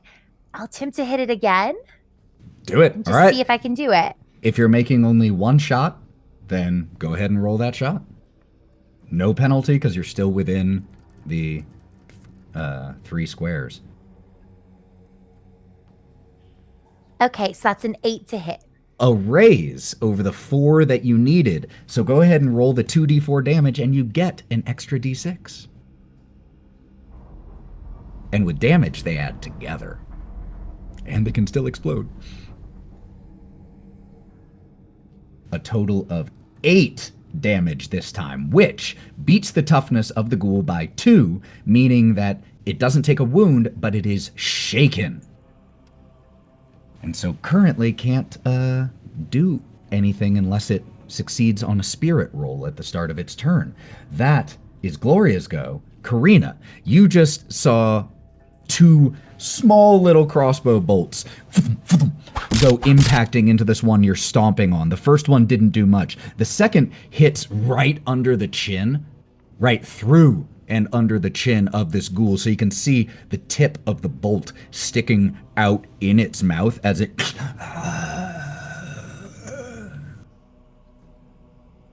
Alrighty. Okay. Totally tell me if this is not okay, but I have a small flask in my pocket, and I'm assuming it's carrying some sort of stronger alcohol. And I also have a lighter. Am I able to smash the flask on the ghoul that's standing by my feet, like the lighter, and take a step back? It is a ceramic flask, so it shouldn't be hard. Oh, then yeah, you absolutely could. Okay, then she's going to take this flask. It's probably like just a little one. Take a quick last little sip of it before she throws it down hard onto this ghoul, flicks her lighter, and lights it before backing up. Okay, this is a thrown weapon, so please make me an athletics check. Your target is still 4, just as it would be for a shot. Why do you make me do terrible checks that I have not good skills with? That was a 2. You can spend a penny. Don't sound so pleased. Yeah, I'll spend a penny. Thank you. Okay, let's try this again. Come on. Yes. 7. 7, yes. So you succeed, and we're just going to make a call here. I am going to say, roll me 2d4 for damage here.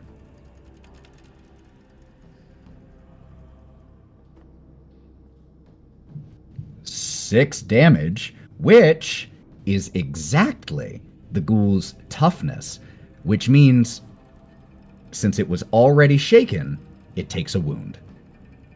Could you describe what happens here? She kind of looks a little frazzled, as she's basically been unable to fight back this whole time. Before she remembers something in her pocket, she's gonna pull it out, look at it just for a second, take a quick sip before just throwing it down, as she lights like a piece of cloth on the ghoul, and then she's going to back away to the side with Gloria over here.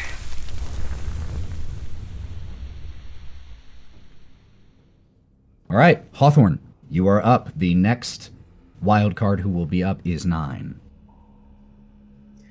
So Hawthorne's pretty much watching this sort of office space scenario of these two women just beating the shit out of this ghoul in front of him. And then he hears the screams of Brawk behind him, and so he turns around really fast and rushes back towards Brawk. So what does he see? Does he see him completely entangled? No, just like this Karina? one did not manage to get Brawk entangled to the same extent that Karina was. It simply grabbed onto Brawk's leg, and when Brawk stumbled back slightly, it has pulled itself out of the ground and is right in front of Brawk. Okay, so Hawthorne will run in and in an impulsive move, take his baton and try to baseball the head of this ghoul with as hard as he can, pretty much trying to whack it off this top of its body. Okay, let's go ahead and make a fighting check versus the ghoul's parry of 5. Now, will this be a one action, so I don't That's up to you. Have any negatives? If you're only doing the one hit, Yeah, then I'm just yes, like- no penalties. Okay, if I don't have to run in and rip him off of Brawk, then I'll just run in Okay. and swing at him.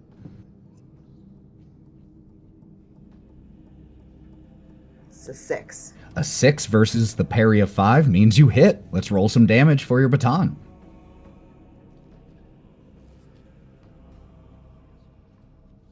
That's an 8.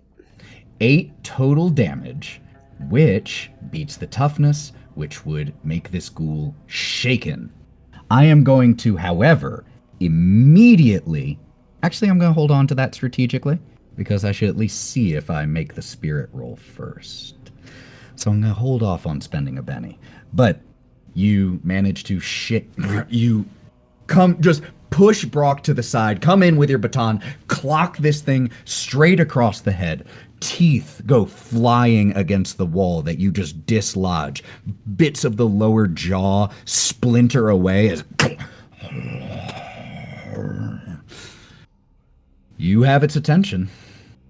And that is Hawthorne's turn. That is going to bring up the ghoul that was closest to Karina.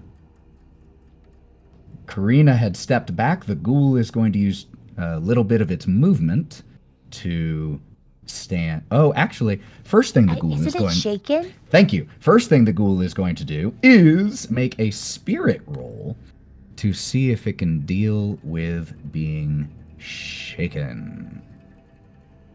See if it can get rid of this. It has also 1 wound, so this is with a -1. Still, that's only a 2.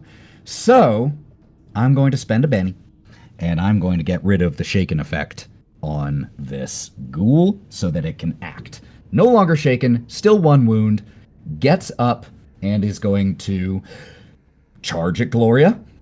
Is going to make it feels a little gun shy now, so it's only going to make 2 attacks. So these are 2 fighting rolls, each with a -2. And this is versus your parry, Gloria. So here's the first one. A 2 will not do it, I don't think. What's your parry? My parry is a 2. 2. Meet to beat. It hits. Damage is its strength plus a d4. It didn't get a raise, but it did explode on its dice. That is 10 damage. What is your toughness? That's 4. 4. So that means that is going to be a raise. So you are shaken and you have been wounded. You have 1 wound. Additionally, could you make me a vigor roll?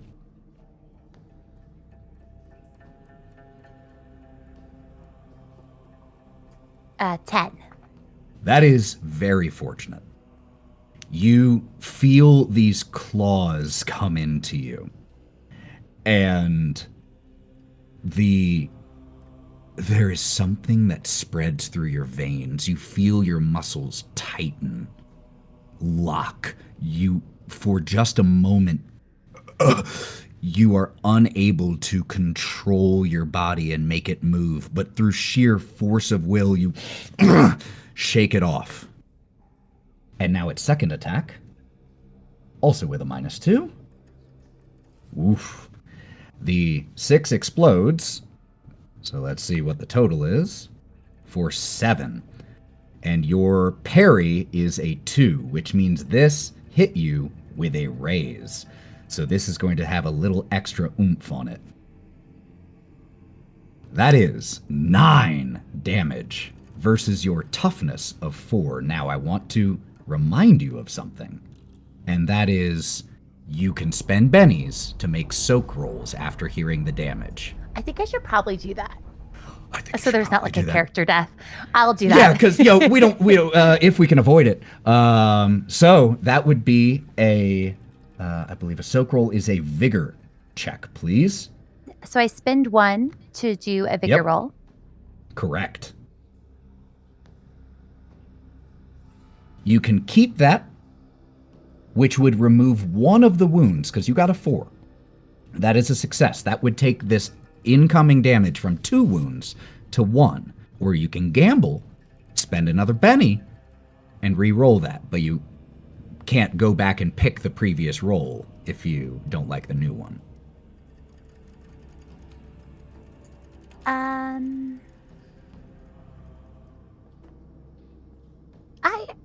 I imagine I'm a pretty cautious person. I think that Gloria's a little bit cautious, and so I think she's gonna stay there. Okay, so you manage to absorb 1 of the wounds. So you are at 2, though. First of all, could you please make me another vigor roll for the paralysis effect from these claws? That is a 2. I guess I do have 4 bennies. I can spend 1 to re-roll it. Is that correct? You absolutely I think can. I will. That puts me at 3 bennies again.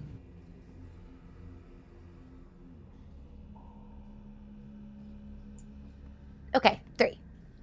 Okay, so you feel your muscles lock. You feel your throat tighten.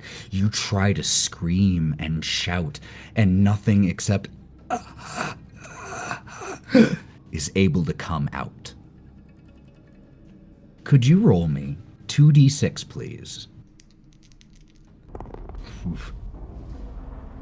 That is 9.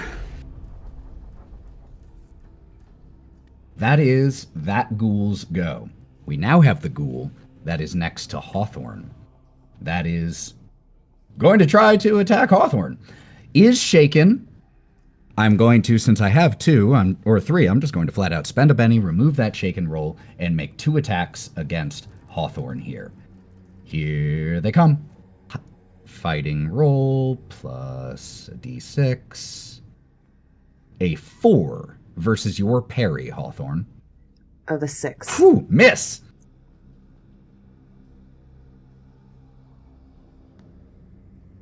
Here comes the second attack. Uh-oh. Uh-oh. -2 to that, so that is a 9. Luckily, the -2 from the multi-action means it doesn't raise, so no extra damage. Here comes the regular damage to you. A total of 8. What is your toughness, Hawthorne? 7. Because it didn't beat you by a raise and you don't already have shaken, you are simply shaken. And just as a reminder, you can spend a Benny at any time to remove shaken for free, or at the start of your turn, you automatically get to try to make a spirit roll to deal with it. So, for right now, Hawthorne is shaken. Could you please make me a vigor roll, Hawthorne? As these claws send a toxin into your veins. Vigor is one of your just basic attributes. There you go. 4! Exactly what you needed. You are not paralyzed right now. That is the end of the ghoul's turn. We have Nyne and then Brawk. Yeah, Nyne didn't like what he fucking saw. So, first off, he's going to run up onto the ghoul that fucked up Angel there, grab him, grapple him from behind. Okay. Okay? Is that your only action? No, or we are are you not doing others? Oh, no, because here's the cool thing about grappling. So, when I grapple, I can also do a crush ability. Is that still in the same action, or is that a second action? That would be a second action. That's okay. We're going to fucking do that. Because I want to get him away from her and put him on the other side where I will be in front of her if anything else happens. I love it. Okay, so the first thing that is going to happen is this ghoul and you are going to make opposed athletics checks. I'll roll this publicly. Okay.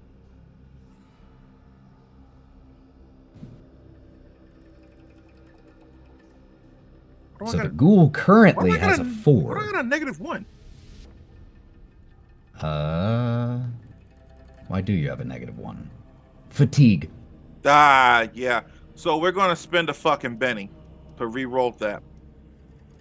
The fatigue from the fear effect. Got it. So we're going to spend Benny for that to re-roll that. Ooh, a Benny. And we're going to do an athletics check. Another one. There we go. Oh, fucking. God damn it. It is the same. Oh, but shit. We forgot. You said you were doing 2 actions. That's a -2, which takes you to a 2 right now, which won't beat its 4. Do you want... Another fucking Benny. Take the fucking Benny. Yeah, take it. Yeah, gimme. Okay. So I will put that up there with the multi-action penalty now of doing that. Fucking work. Why do you hate me? What's your total? 0! You can spend another Benny. You can do as much as you want. I'm gonna do one more. One more. Fuck. Yes! I'm sorry. Tough choices. Oh, fucking damn it. I love this game. I need to get fucking him love this away game. from her. That's what it is. Fuck. All right. I'm sitting pretty at 5. I'm done. That. Okay, so with a -1 total on your final one, you come charging in. What I will say, though, is because Savage Worlds has a very kind of loosey-goosey positioning system, and there are no attacks of opportunity, you push Gloria behind you. Which, it's more you push yourself between, because as you try to move Gloria, she doesn't move. And you can... What does move, and you only see for a second, we see longer with the camera, as Gloria's eyes are wide with panic and fear at having no control over her own body in this moment. So even though you are unable to successfully grapple this ghoul, you do interpose yourself between it and Gloria. That is Nyne's turn. Brawk is up. Brawk still has this fucking thing on his leg, right? Hawthorne is now between you and it. Oh, that's... If I drop to the floor suddenly, can I immediately be like at its... I need... Are you trying to shoot between Hawthorne's legs? I'm trying to use burst between Hawthorne's legs in a stream, not a cone. Is that one of the options? Yes, it is. Then sure. So if you are using burst, I need you to make a cult check, or not a cult, a power check for me, or which for you, your power was alchemy. Oh, ooh, yeah, okay, yeah, I can do that. So please make me an alchemy check. Don't fuck me. Yeah. Boom. 7. Success. No problem. So now that we know the power goes off, this is your first time using this power. And this is the first time a power has been used where the trappings are not only interesting narratively, but could actually have an impact throughout the rest of the game. In Savage Worlds, with the powers, with things like Burst, you get to choose what it looks like. Is it fire? Is it ice? Is it acid? Is it poison? And whatever you choose is what it will stay, unless you use a feature in the game to change it. Which means if you choose fire and use it in the future against something that is weak to fire, awesome. But it also means if you encounter something that is resistant to fire, that is what your ability now is. Is there like, I want this to be like, for him, when he pops it off, I'll narrate it here in a second, but for him, I want it to be like this beacon of joy. It's like joy in a bottle, and he fucking, like radiant? Is there like a radiant equivalent? Like a happy sunlight. It's a laser. Absolutely. What do you want? This is the collaborative part. You tell me. Okay, so I want it to... So as he immediately drops to the ground, he instinctively reaches into his pocket and he pulls out this vial, and it has no color, but the moment he flicks off the cork, it starts to... You get like the sun is rising in it. And at the highest point in the sky, it erupts from the jar in a straight line right at the face of this ghoul. That is fantastic. Please take a Benny. And roll me 2d6, please.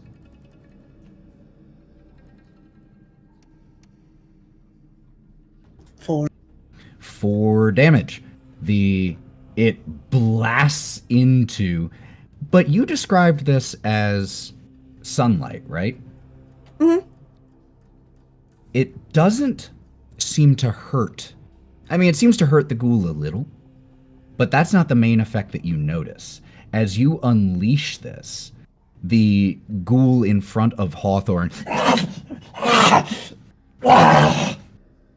because it is sunlight, the ghoul now has, for the next turn, the distracted condition, which gives it a -2 to all of its trait rolls. Hell yeah. All right. That then brings us to the end of that round. And let's go ahead and re-deal out some cards. Oh wow, we have to reshuffle the deck. We've dealt out enough. Did anyone get a joker? No jokers. However, we got 2 aces belonging to Hawthorne and Karina. So our order for this round will be Karina, Hawthorne, Brawk, Gloria, and Nyne. Karina, you're up. Right next to you, right in front of you, is Nyne. To your left, a little bit down the hallway, or right at the mouth of the hallway, is Gloria, looking rictus.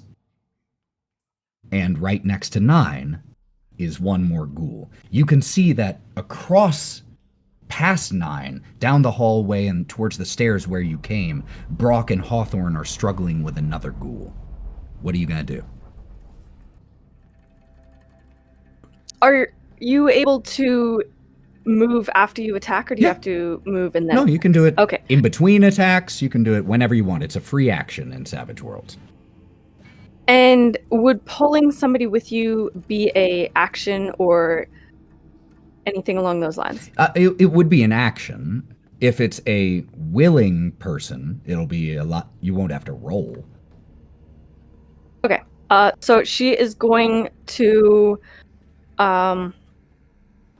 swing out with her fire poker, because that's what she has, and she's going to attempt to hit the ghoul. And then after that, she's going to take Gloria's hand, and putting herself between the danger and Gloria, she's going to move back as far as she can to like one of the corners of this intersection. Love it. Okay, so the only one of those we need to roll for will be the attack. So this will be with a -2. All right, with my unskilled attack. Do I even bother if I have a D4 and it's a -2? If it explodes, that's the thing. Right. Okay, that's the only way it will actually work. Yes, you need the D4 to explode in order to hit. Okay, good to know. That's probably pretty classic. And just so you all know, those of you who haven't played these systems, what explode means, it's also called ace. Whenever a die in Savage Worlds rolls the highest value that it can, a 4 on a D4, 6 on a D6, etc., you get to then roll that again and add the total together, which means, theoretically, you could roll a D4 and get a 100. That ain't gonna happen. Let's see. We got a -1 on the attack, but I'm still gonna pull Gloria back. That's all right. So you're basically using the poker less with the intent to hit and more just to make sure that it doesn't get to you and Gloria in this moment. And you push Gloria back a little bit down to the right on the intersection. So now there is the ghoul, Nyne, you, and then Gloria. But this, I do want to know, Karina, and I want to know Gloria, actually, in this moment. The two of you have formed a quick bond, even without knowing much about each other yet. And I want to know, Gloria, first of all, how it feels to be trapped in your own body. And Karina, I want to know how it feels to see Gloria in this condition, see her eyes flicking back and forth in panic and yet not moving, just this rasping.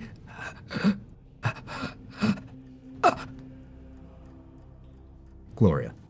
I imagine that at this moment, I'm so panicked, I'm not really sure I know what to think.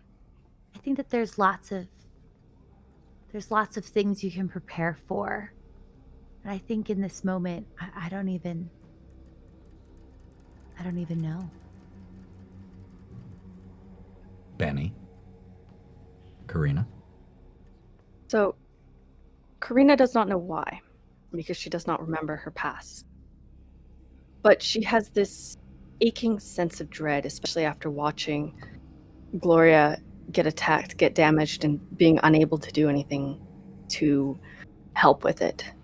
And that dread is just weighing so heavily on her body that there's only one thought going through her mind, and it is to protect Gloria. And a Benny for Karina as well. That brings us to Hawthorne. Well, since Hawthorne's shaken, I think I need to do a vigor roll. Yes, that is the very first thing you'd need to... Oh, I'm so proud of you. Very first thing you need to do is make a vigor roll to see if you can break shaken. A 4. 4. No longer shaken. What do we see just really briefly as Hawthorne shakes off that hit? So you kind of see Hawthorne sort of hunched over with a knee down. And he's like shaking off everything and slowly looking up. And he's looking around sort of at everybody behind him and can hear what's going on. But he looks straight forward and has gotten just enraged and really peeved with this freaking ghoul. So Hawthorne's going to, in a full rage, scuff his foot a little and then just straight try and ram this thing with its horns and I don't know how tall the ceiling is, but he may hook him up and just slam him against the ceiling if need be. Okay, that is so cool. I'm going to give you a Benny ahead of time. And let's go ahead and make that fighting check. And remember, oh no, it's distracted, so it makes a -2. Got it. It has a -2. Yep. Yeah, that's why I was like... So would that count as 2 actions, me, if like, I hook him with my horns and, like, pull him upwards? Only if you are wanting to try to attack twice. If that's purely narrative, then it's a single attack. If you're wanting to actually try to do damage twice, then that would be 2 actions. Let's try the damage twice. That was my main objective, just because he has a -2, so I could counteract the fact that he has a -2 already, because then I wouldn't have the -2. So, right? to be clear, his -2, or the ghoul's -2, are for rolls it makes. Okay. So it wouldn't impact counteract you mine. attacking it. It would just be Okay, a let's -2. just do it. Okay, we'll just do a one Okay, action then. so One that'll action. just be narrative if you hit. So let's make that fighting roll. Okay. It's a 5. And its parry is a 5, so you hit. Yes. And like you said, you slam, let's roll damage, actually. Because we have to do that first. Okay. Ooh, I'm pretty high. Yeah, your horns do pretty good damage. Go, horns, go! 15. 15, baby! I'm getting horny! 15. Yeah. Could you please describe to me this, exactly what you do, with the knowledge that by the end of it, this ghoul will be broken into multiple pieces, and any semblance of undeath that was carried in its form will be gone. So Hawthorne, being shaken, shakes it off with a like, and then just does with one hoof pulls like a raging bull, and just air coming out of his nose, charges at the ghoul, dipping his head at the last second, and scooping him up, shoving him against this crick in the wall, and just slicing into him, twisting his head as he stares up at him. You just, with your horns, pin in such a way that as you rotate your horns, it just breaks this ghoul like a dry piece of straw in your hand. Just, and it falls to the ground in pieces and dust and bone meal. Whew. All right. That will then bring up the one remaining ghoul, who is right across from Nyne right now, who is Nyne stepping in between it and the others, attempting to grab and grapple and do all of that. So, this ghoul here is going to try to make 2 claw attacks against you. So each one of these is going to be with a -2. First one is a 2. I assume that misses you, Nyne. Yes, it does. Okay. Just rips my shirt a little bit. It already has an additional -1 because of the wound on it, so it has a total of a -3 here. And with that -3, a 1. So, could you describe how you managed to not get injured by these 2 attacks? So at this point in time, something in Nyne clicks when he's 1v1ing this ghoul. He can kind of see the motions of his actions and kind of just instinctively dodge out of the way, counter it a little bit, like knock it out of the way, move again, as if it's second nature. Benny for that, as you just kind of bash and just block these attacks in a way that feels not natural. Nothing about this situation is natural, but it feels second nature. That is going to bring Brawk up, Gloria's on deck, and then Nyne. Question. So, if Brawk, so he's on the ground, right? You know? Right. If he were to flip real quick onto his hands and knees and scuttle over to Gloria, could he do that? without being, I don't know, kicked in the ribs or claw in the back. Looking like the Exorcist. Oh, no, I haven't like that. I'm upright. More like a kid chasing after like a toy car. So I just want to make sure I understand what you're trying to do. You basically just want to push past all of your friends and get to Gloria? Go through the legs, push past the friends, slap against the wall, and scuttle over to Gloria. What else are you wanting to do? Heal her. With the healing action or with I a have power? a power. Okay. Yeah. I will say that yes, you're able to crawl between their legs to get there. Gotta get there. Okay. Ooh, I'm in the really big black. Okay, so healing. You're going to make another check. Another alchemy check. Alchemy check? Anytime you use a power Is alchemy. is alchemy. Okay. Yeah, 8. Easy success. In fact, it's a raise. Woo! What does that mean? That means I get to do more healing. Hold on. A raise removes 2. So, could you, again, describe what this looks like? Okay, so he's scuttling across. Gotta get there.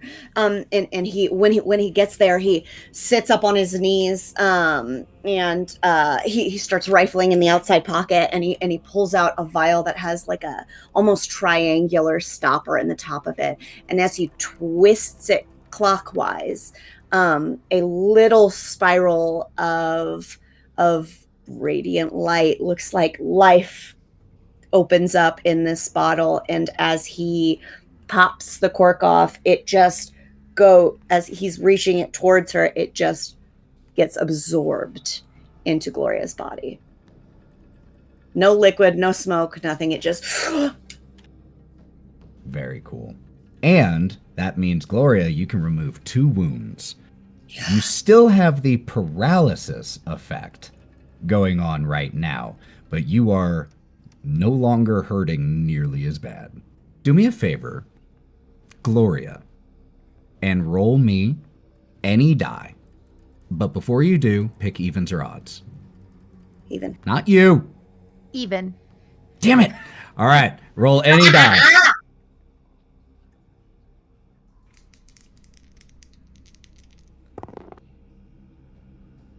Odds. Still paralyzed. Oh, okay. However, not dying or nearly as bad. So these huge claw marks, we just watch as after Brawk does this, they just start to knit closed. Your clothing's still torn where it clawed through, but no more blood pouring out, and you are healed. That will bring us to Gloria, who at the moment, I will say that healing does allow you to regain the function of speech. So if there's anything you want to say in this moment, you can. Yeah, so since I know about healing as well, is this something that now that I'm more aware of myself, I could try to like make a healing check to see like what's happening? Why am I paralyzed? Oh, just to try to understand it? Mm. Absolutely. Make a healing check.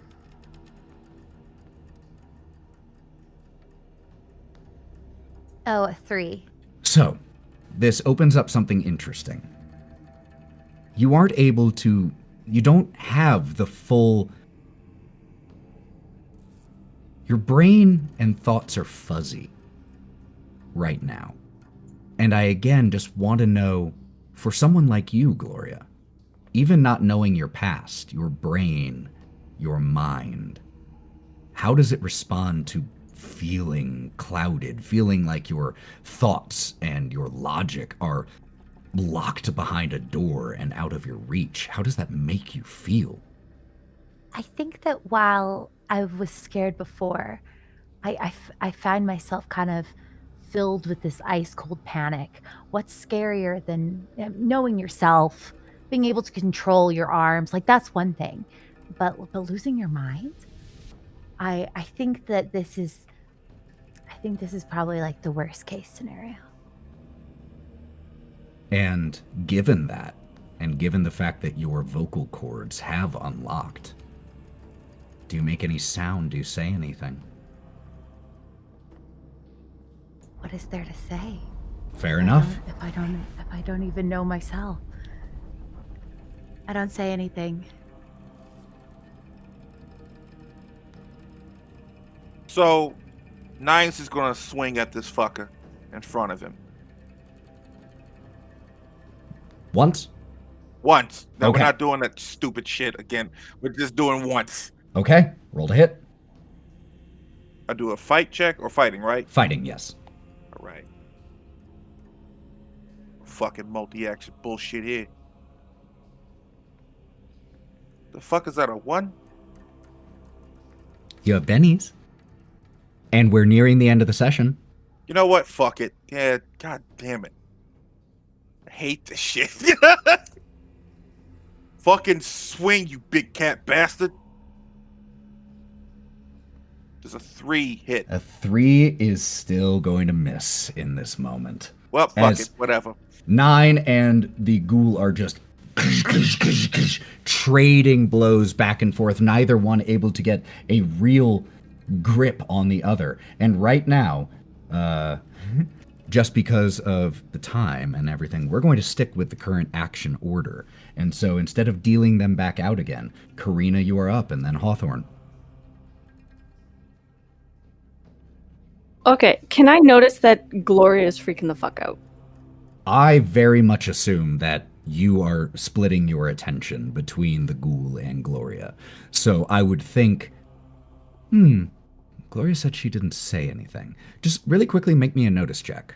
And we're going to use that, and Gloria, you're going to tell me, based off of what Karina gets, how much she's able to get from you. Just from that. 7. A total of a 7. Not quite a raise, but really good. Even in the brief kind of day you've known her, Gloria almost can't help saying whatever thought that crosses her mind. She wants to be aloof and nonchalant, but is the most chalant. Will say whatever, like, it always tumbles out. So I think maybe not saying something is maybe more poignant than anything she could have said. Then she's going to turn her back to the ghoul and block off any view Gloria would have of the ghoul, if possible. Of course, yeah. And then she's going to place both her hands. I don't know if, like, what sort of action this would or role this would be, but she's going to place both her hands, like, gently on the sides of Gloria's face, just comforting, not like kind of creepy or anything. And she's just going to whisper to Gloria, "It's going to be okay. Ground yourself. Ground yourself. It's going to be okay." And she's just going to, like, try to persuade her to calm down and, like, focus on the present rather than panicking. There's no role for this, because this is purely a inter-party roleplay thing. However, I am going to give you a Benny for that, Karina. All right. Do we, or does Karina, notice any change in Gloria in that moment? I'll try. And it just comes out as this tight voice. All right. That brings up Hawthorne. Okay, so Hawthorne's gotten just pretty mad in general. He's taken out one guy, and he's kind of seeing red now. He's going to be impulsive in this moment because he kind of just killed one guy. How many people would I take out if I charged this next guy with my horns? I would say that you would have, all you'd have to do is give a pretty hard shoulder check to Nyne if you're charging.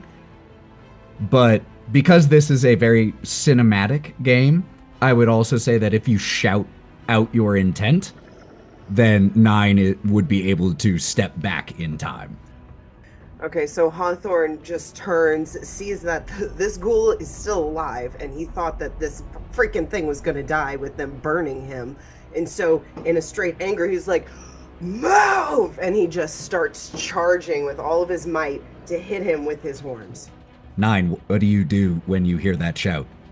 Nyne will hear this and keep the ghoul distracted until I count the fucking footsteps that is fucking raging bull coming at me, and then just be like, hey, guess what? Tag in! Fucking love it. Benny to you both for that description, as just keeping him focused and just jump right out of the way. And as the ghoul turns and its gaze follows you, it is distracted, meaning that Hawthorne, you will have a +2 to hit.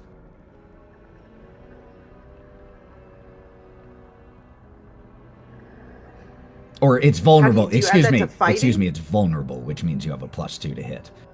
Yeah, just roll your fighting. Just roll your fighting as per usual, and we'll just add 2 to it. Oh. Ooh. I got 7. So +2. 9. 9. And its parry, at the moment, because of is a 5, which means that is a raise. So you will deal your horn damage plus a d6. 13. 13 damage. Its toughness is 6. It already has 1 wound, which means that it is shaken and takes its second wound, and this one only had 2. Can you describe... I would love both of you to participate in describing this tag team obliteration of this final ghoul. So I start scuffing, and I am getting angry, and I'm like, move! At this point, Nyne is just boxing, blocking, is doing whatever we can for this damn thing. I hear the move part. Keep going. Focus on me, you undead fuck. Focus on me. And then... Boom, boom, boom, boom, boom. And Dempsey roll out of the way and flip it off. I'm going to say that, so as you step out of the way, flipping it off, it is so focused on you that it actually steps out into the intersection, right next to Nyne and Karina, while still focusing on you, Nyne, and doesn't even notice the... How tall are you, Hawthorne? 6'7"? Yeah, I'm about 6 to 7 feet tall. The Minotaur that is taking up almost the entire hallway, that is charging, lowers your horns, and you just pierce through it, and you charge with so much intensity that you barrel into Nyne, the 3 of you falling together as this thing just breaks into pieces.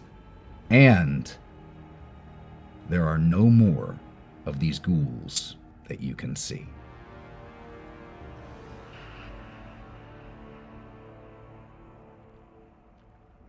Gloria. You okay, Nyne?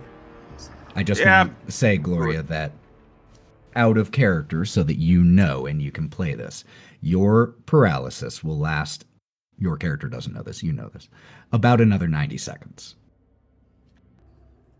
I was just wondering if Nyne was okay. Are you all okay? Brawk, are you okay? Gloria's not moving, and he just puts his hands, like gestures over her. She's breathing, but she's not moving.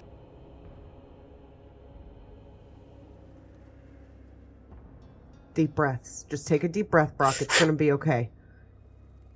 Nyne, are you here? Karina. Yeah, I'm here. Yeah. Gloria. Karina is not going to answer. She's just still going to be silently looking at Gloria. Gloria! And he's going to wave his hand in front of her eyes. And at that moment, Gloria, have you ever done those full body, like muscle tension things in an attempt to relax, where you tense every muscle in your body and you hold it really hard? And then when you release, you've been, without any intent, your muscles have been contracting as hard as they can for the last 80 seconds. It's a subconscious thing. You weren't focusing on it. You weren't holding that tension. And then without warning, all of that tension disappears and you drop to your knees. I think Karina would drop with her because she's like holding on to her, so she would follow her down to the knees. And I think Brawk would, behind both of them, just put his back to Gloria's in case she loses it and wants to fall back. There's like a pregnant pause.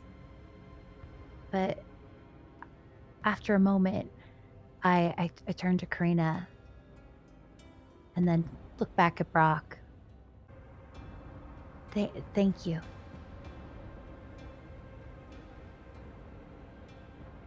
Nyne and Hawthorne.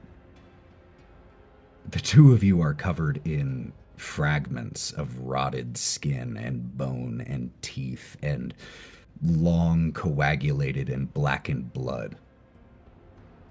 But you also see that as the two of you tumbled down the hall a little bit, you tumbled into another room.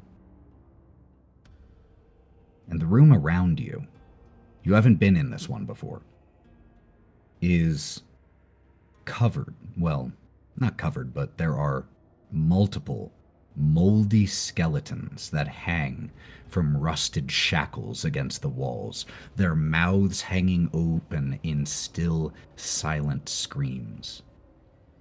One of these corpses has rotted so badly that its arms and upper half still hang from the shackles while the rest of its body is bones beneath.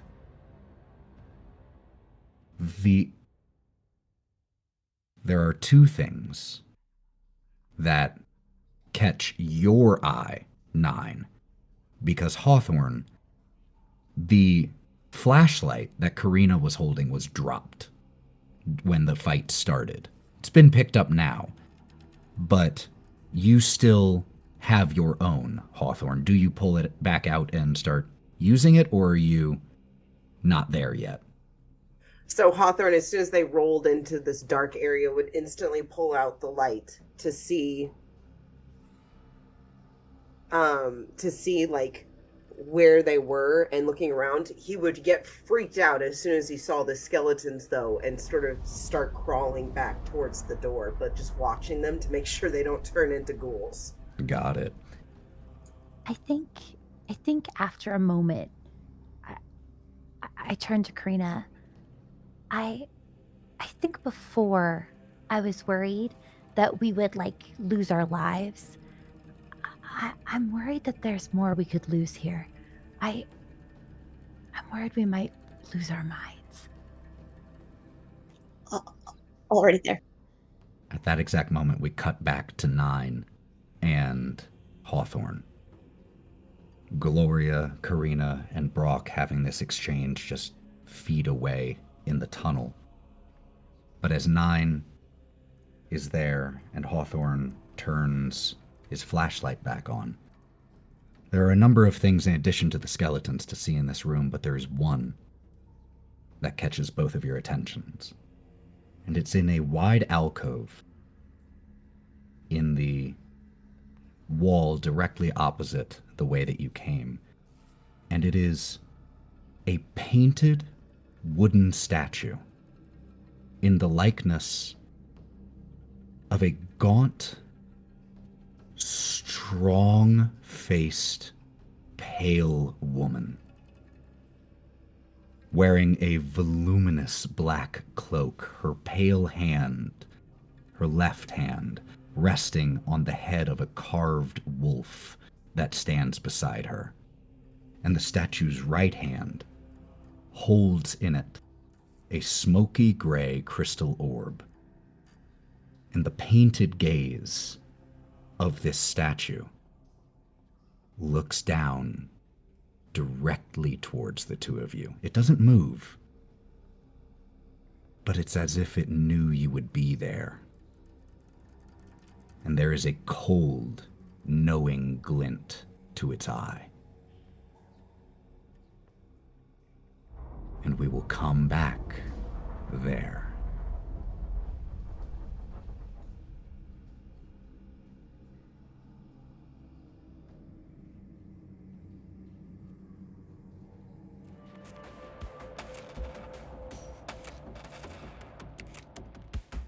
Thank you for listening to this episode of The City of the Crimson Tower.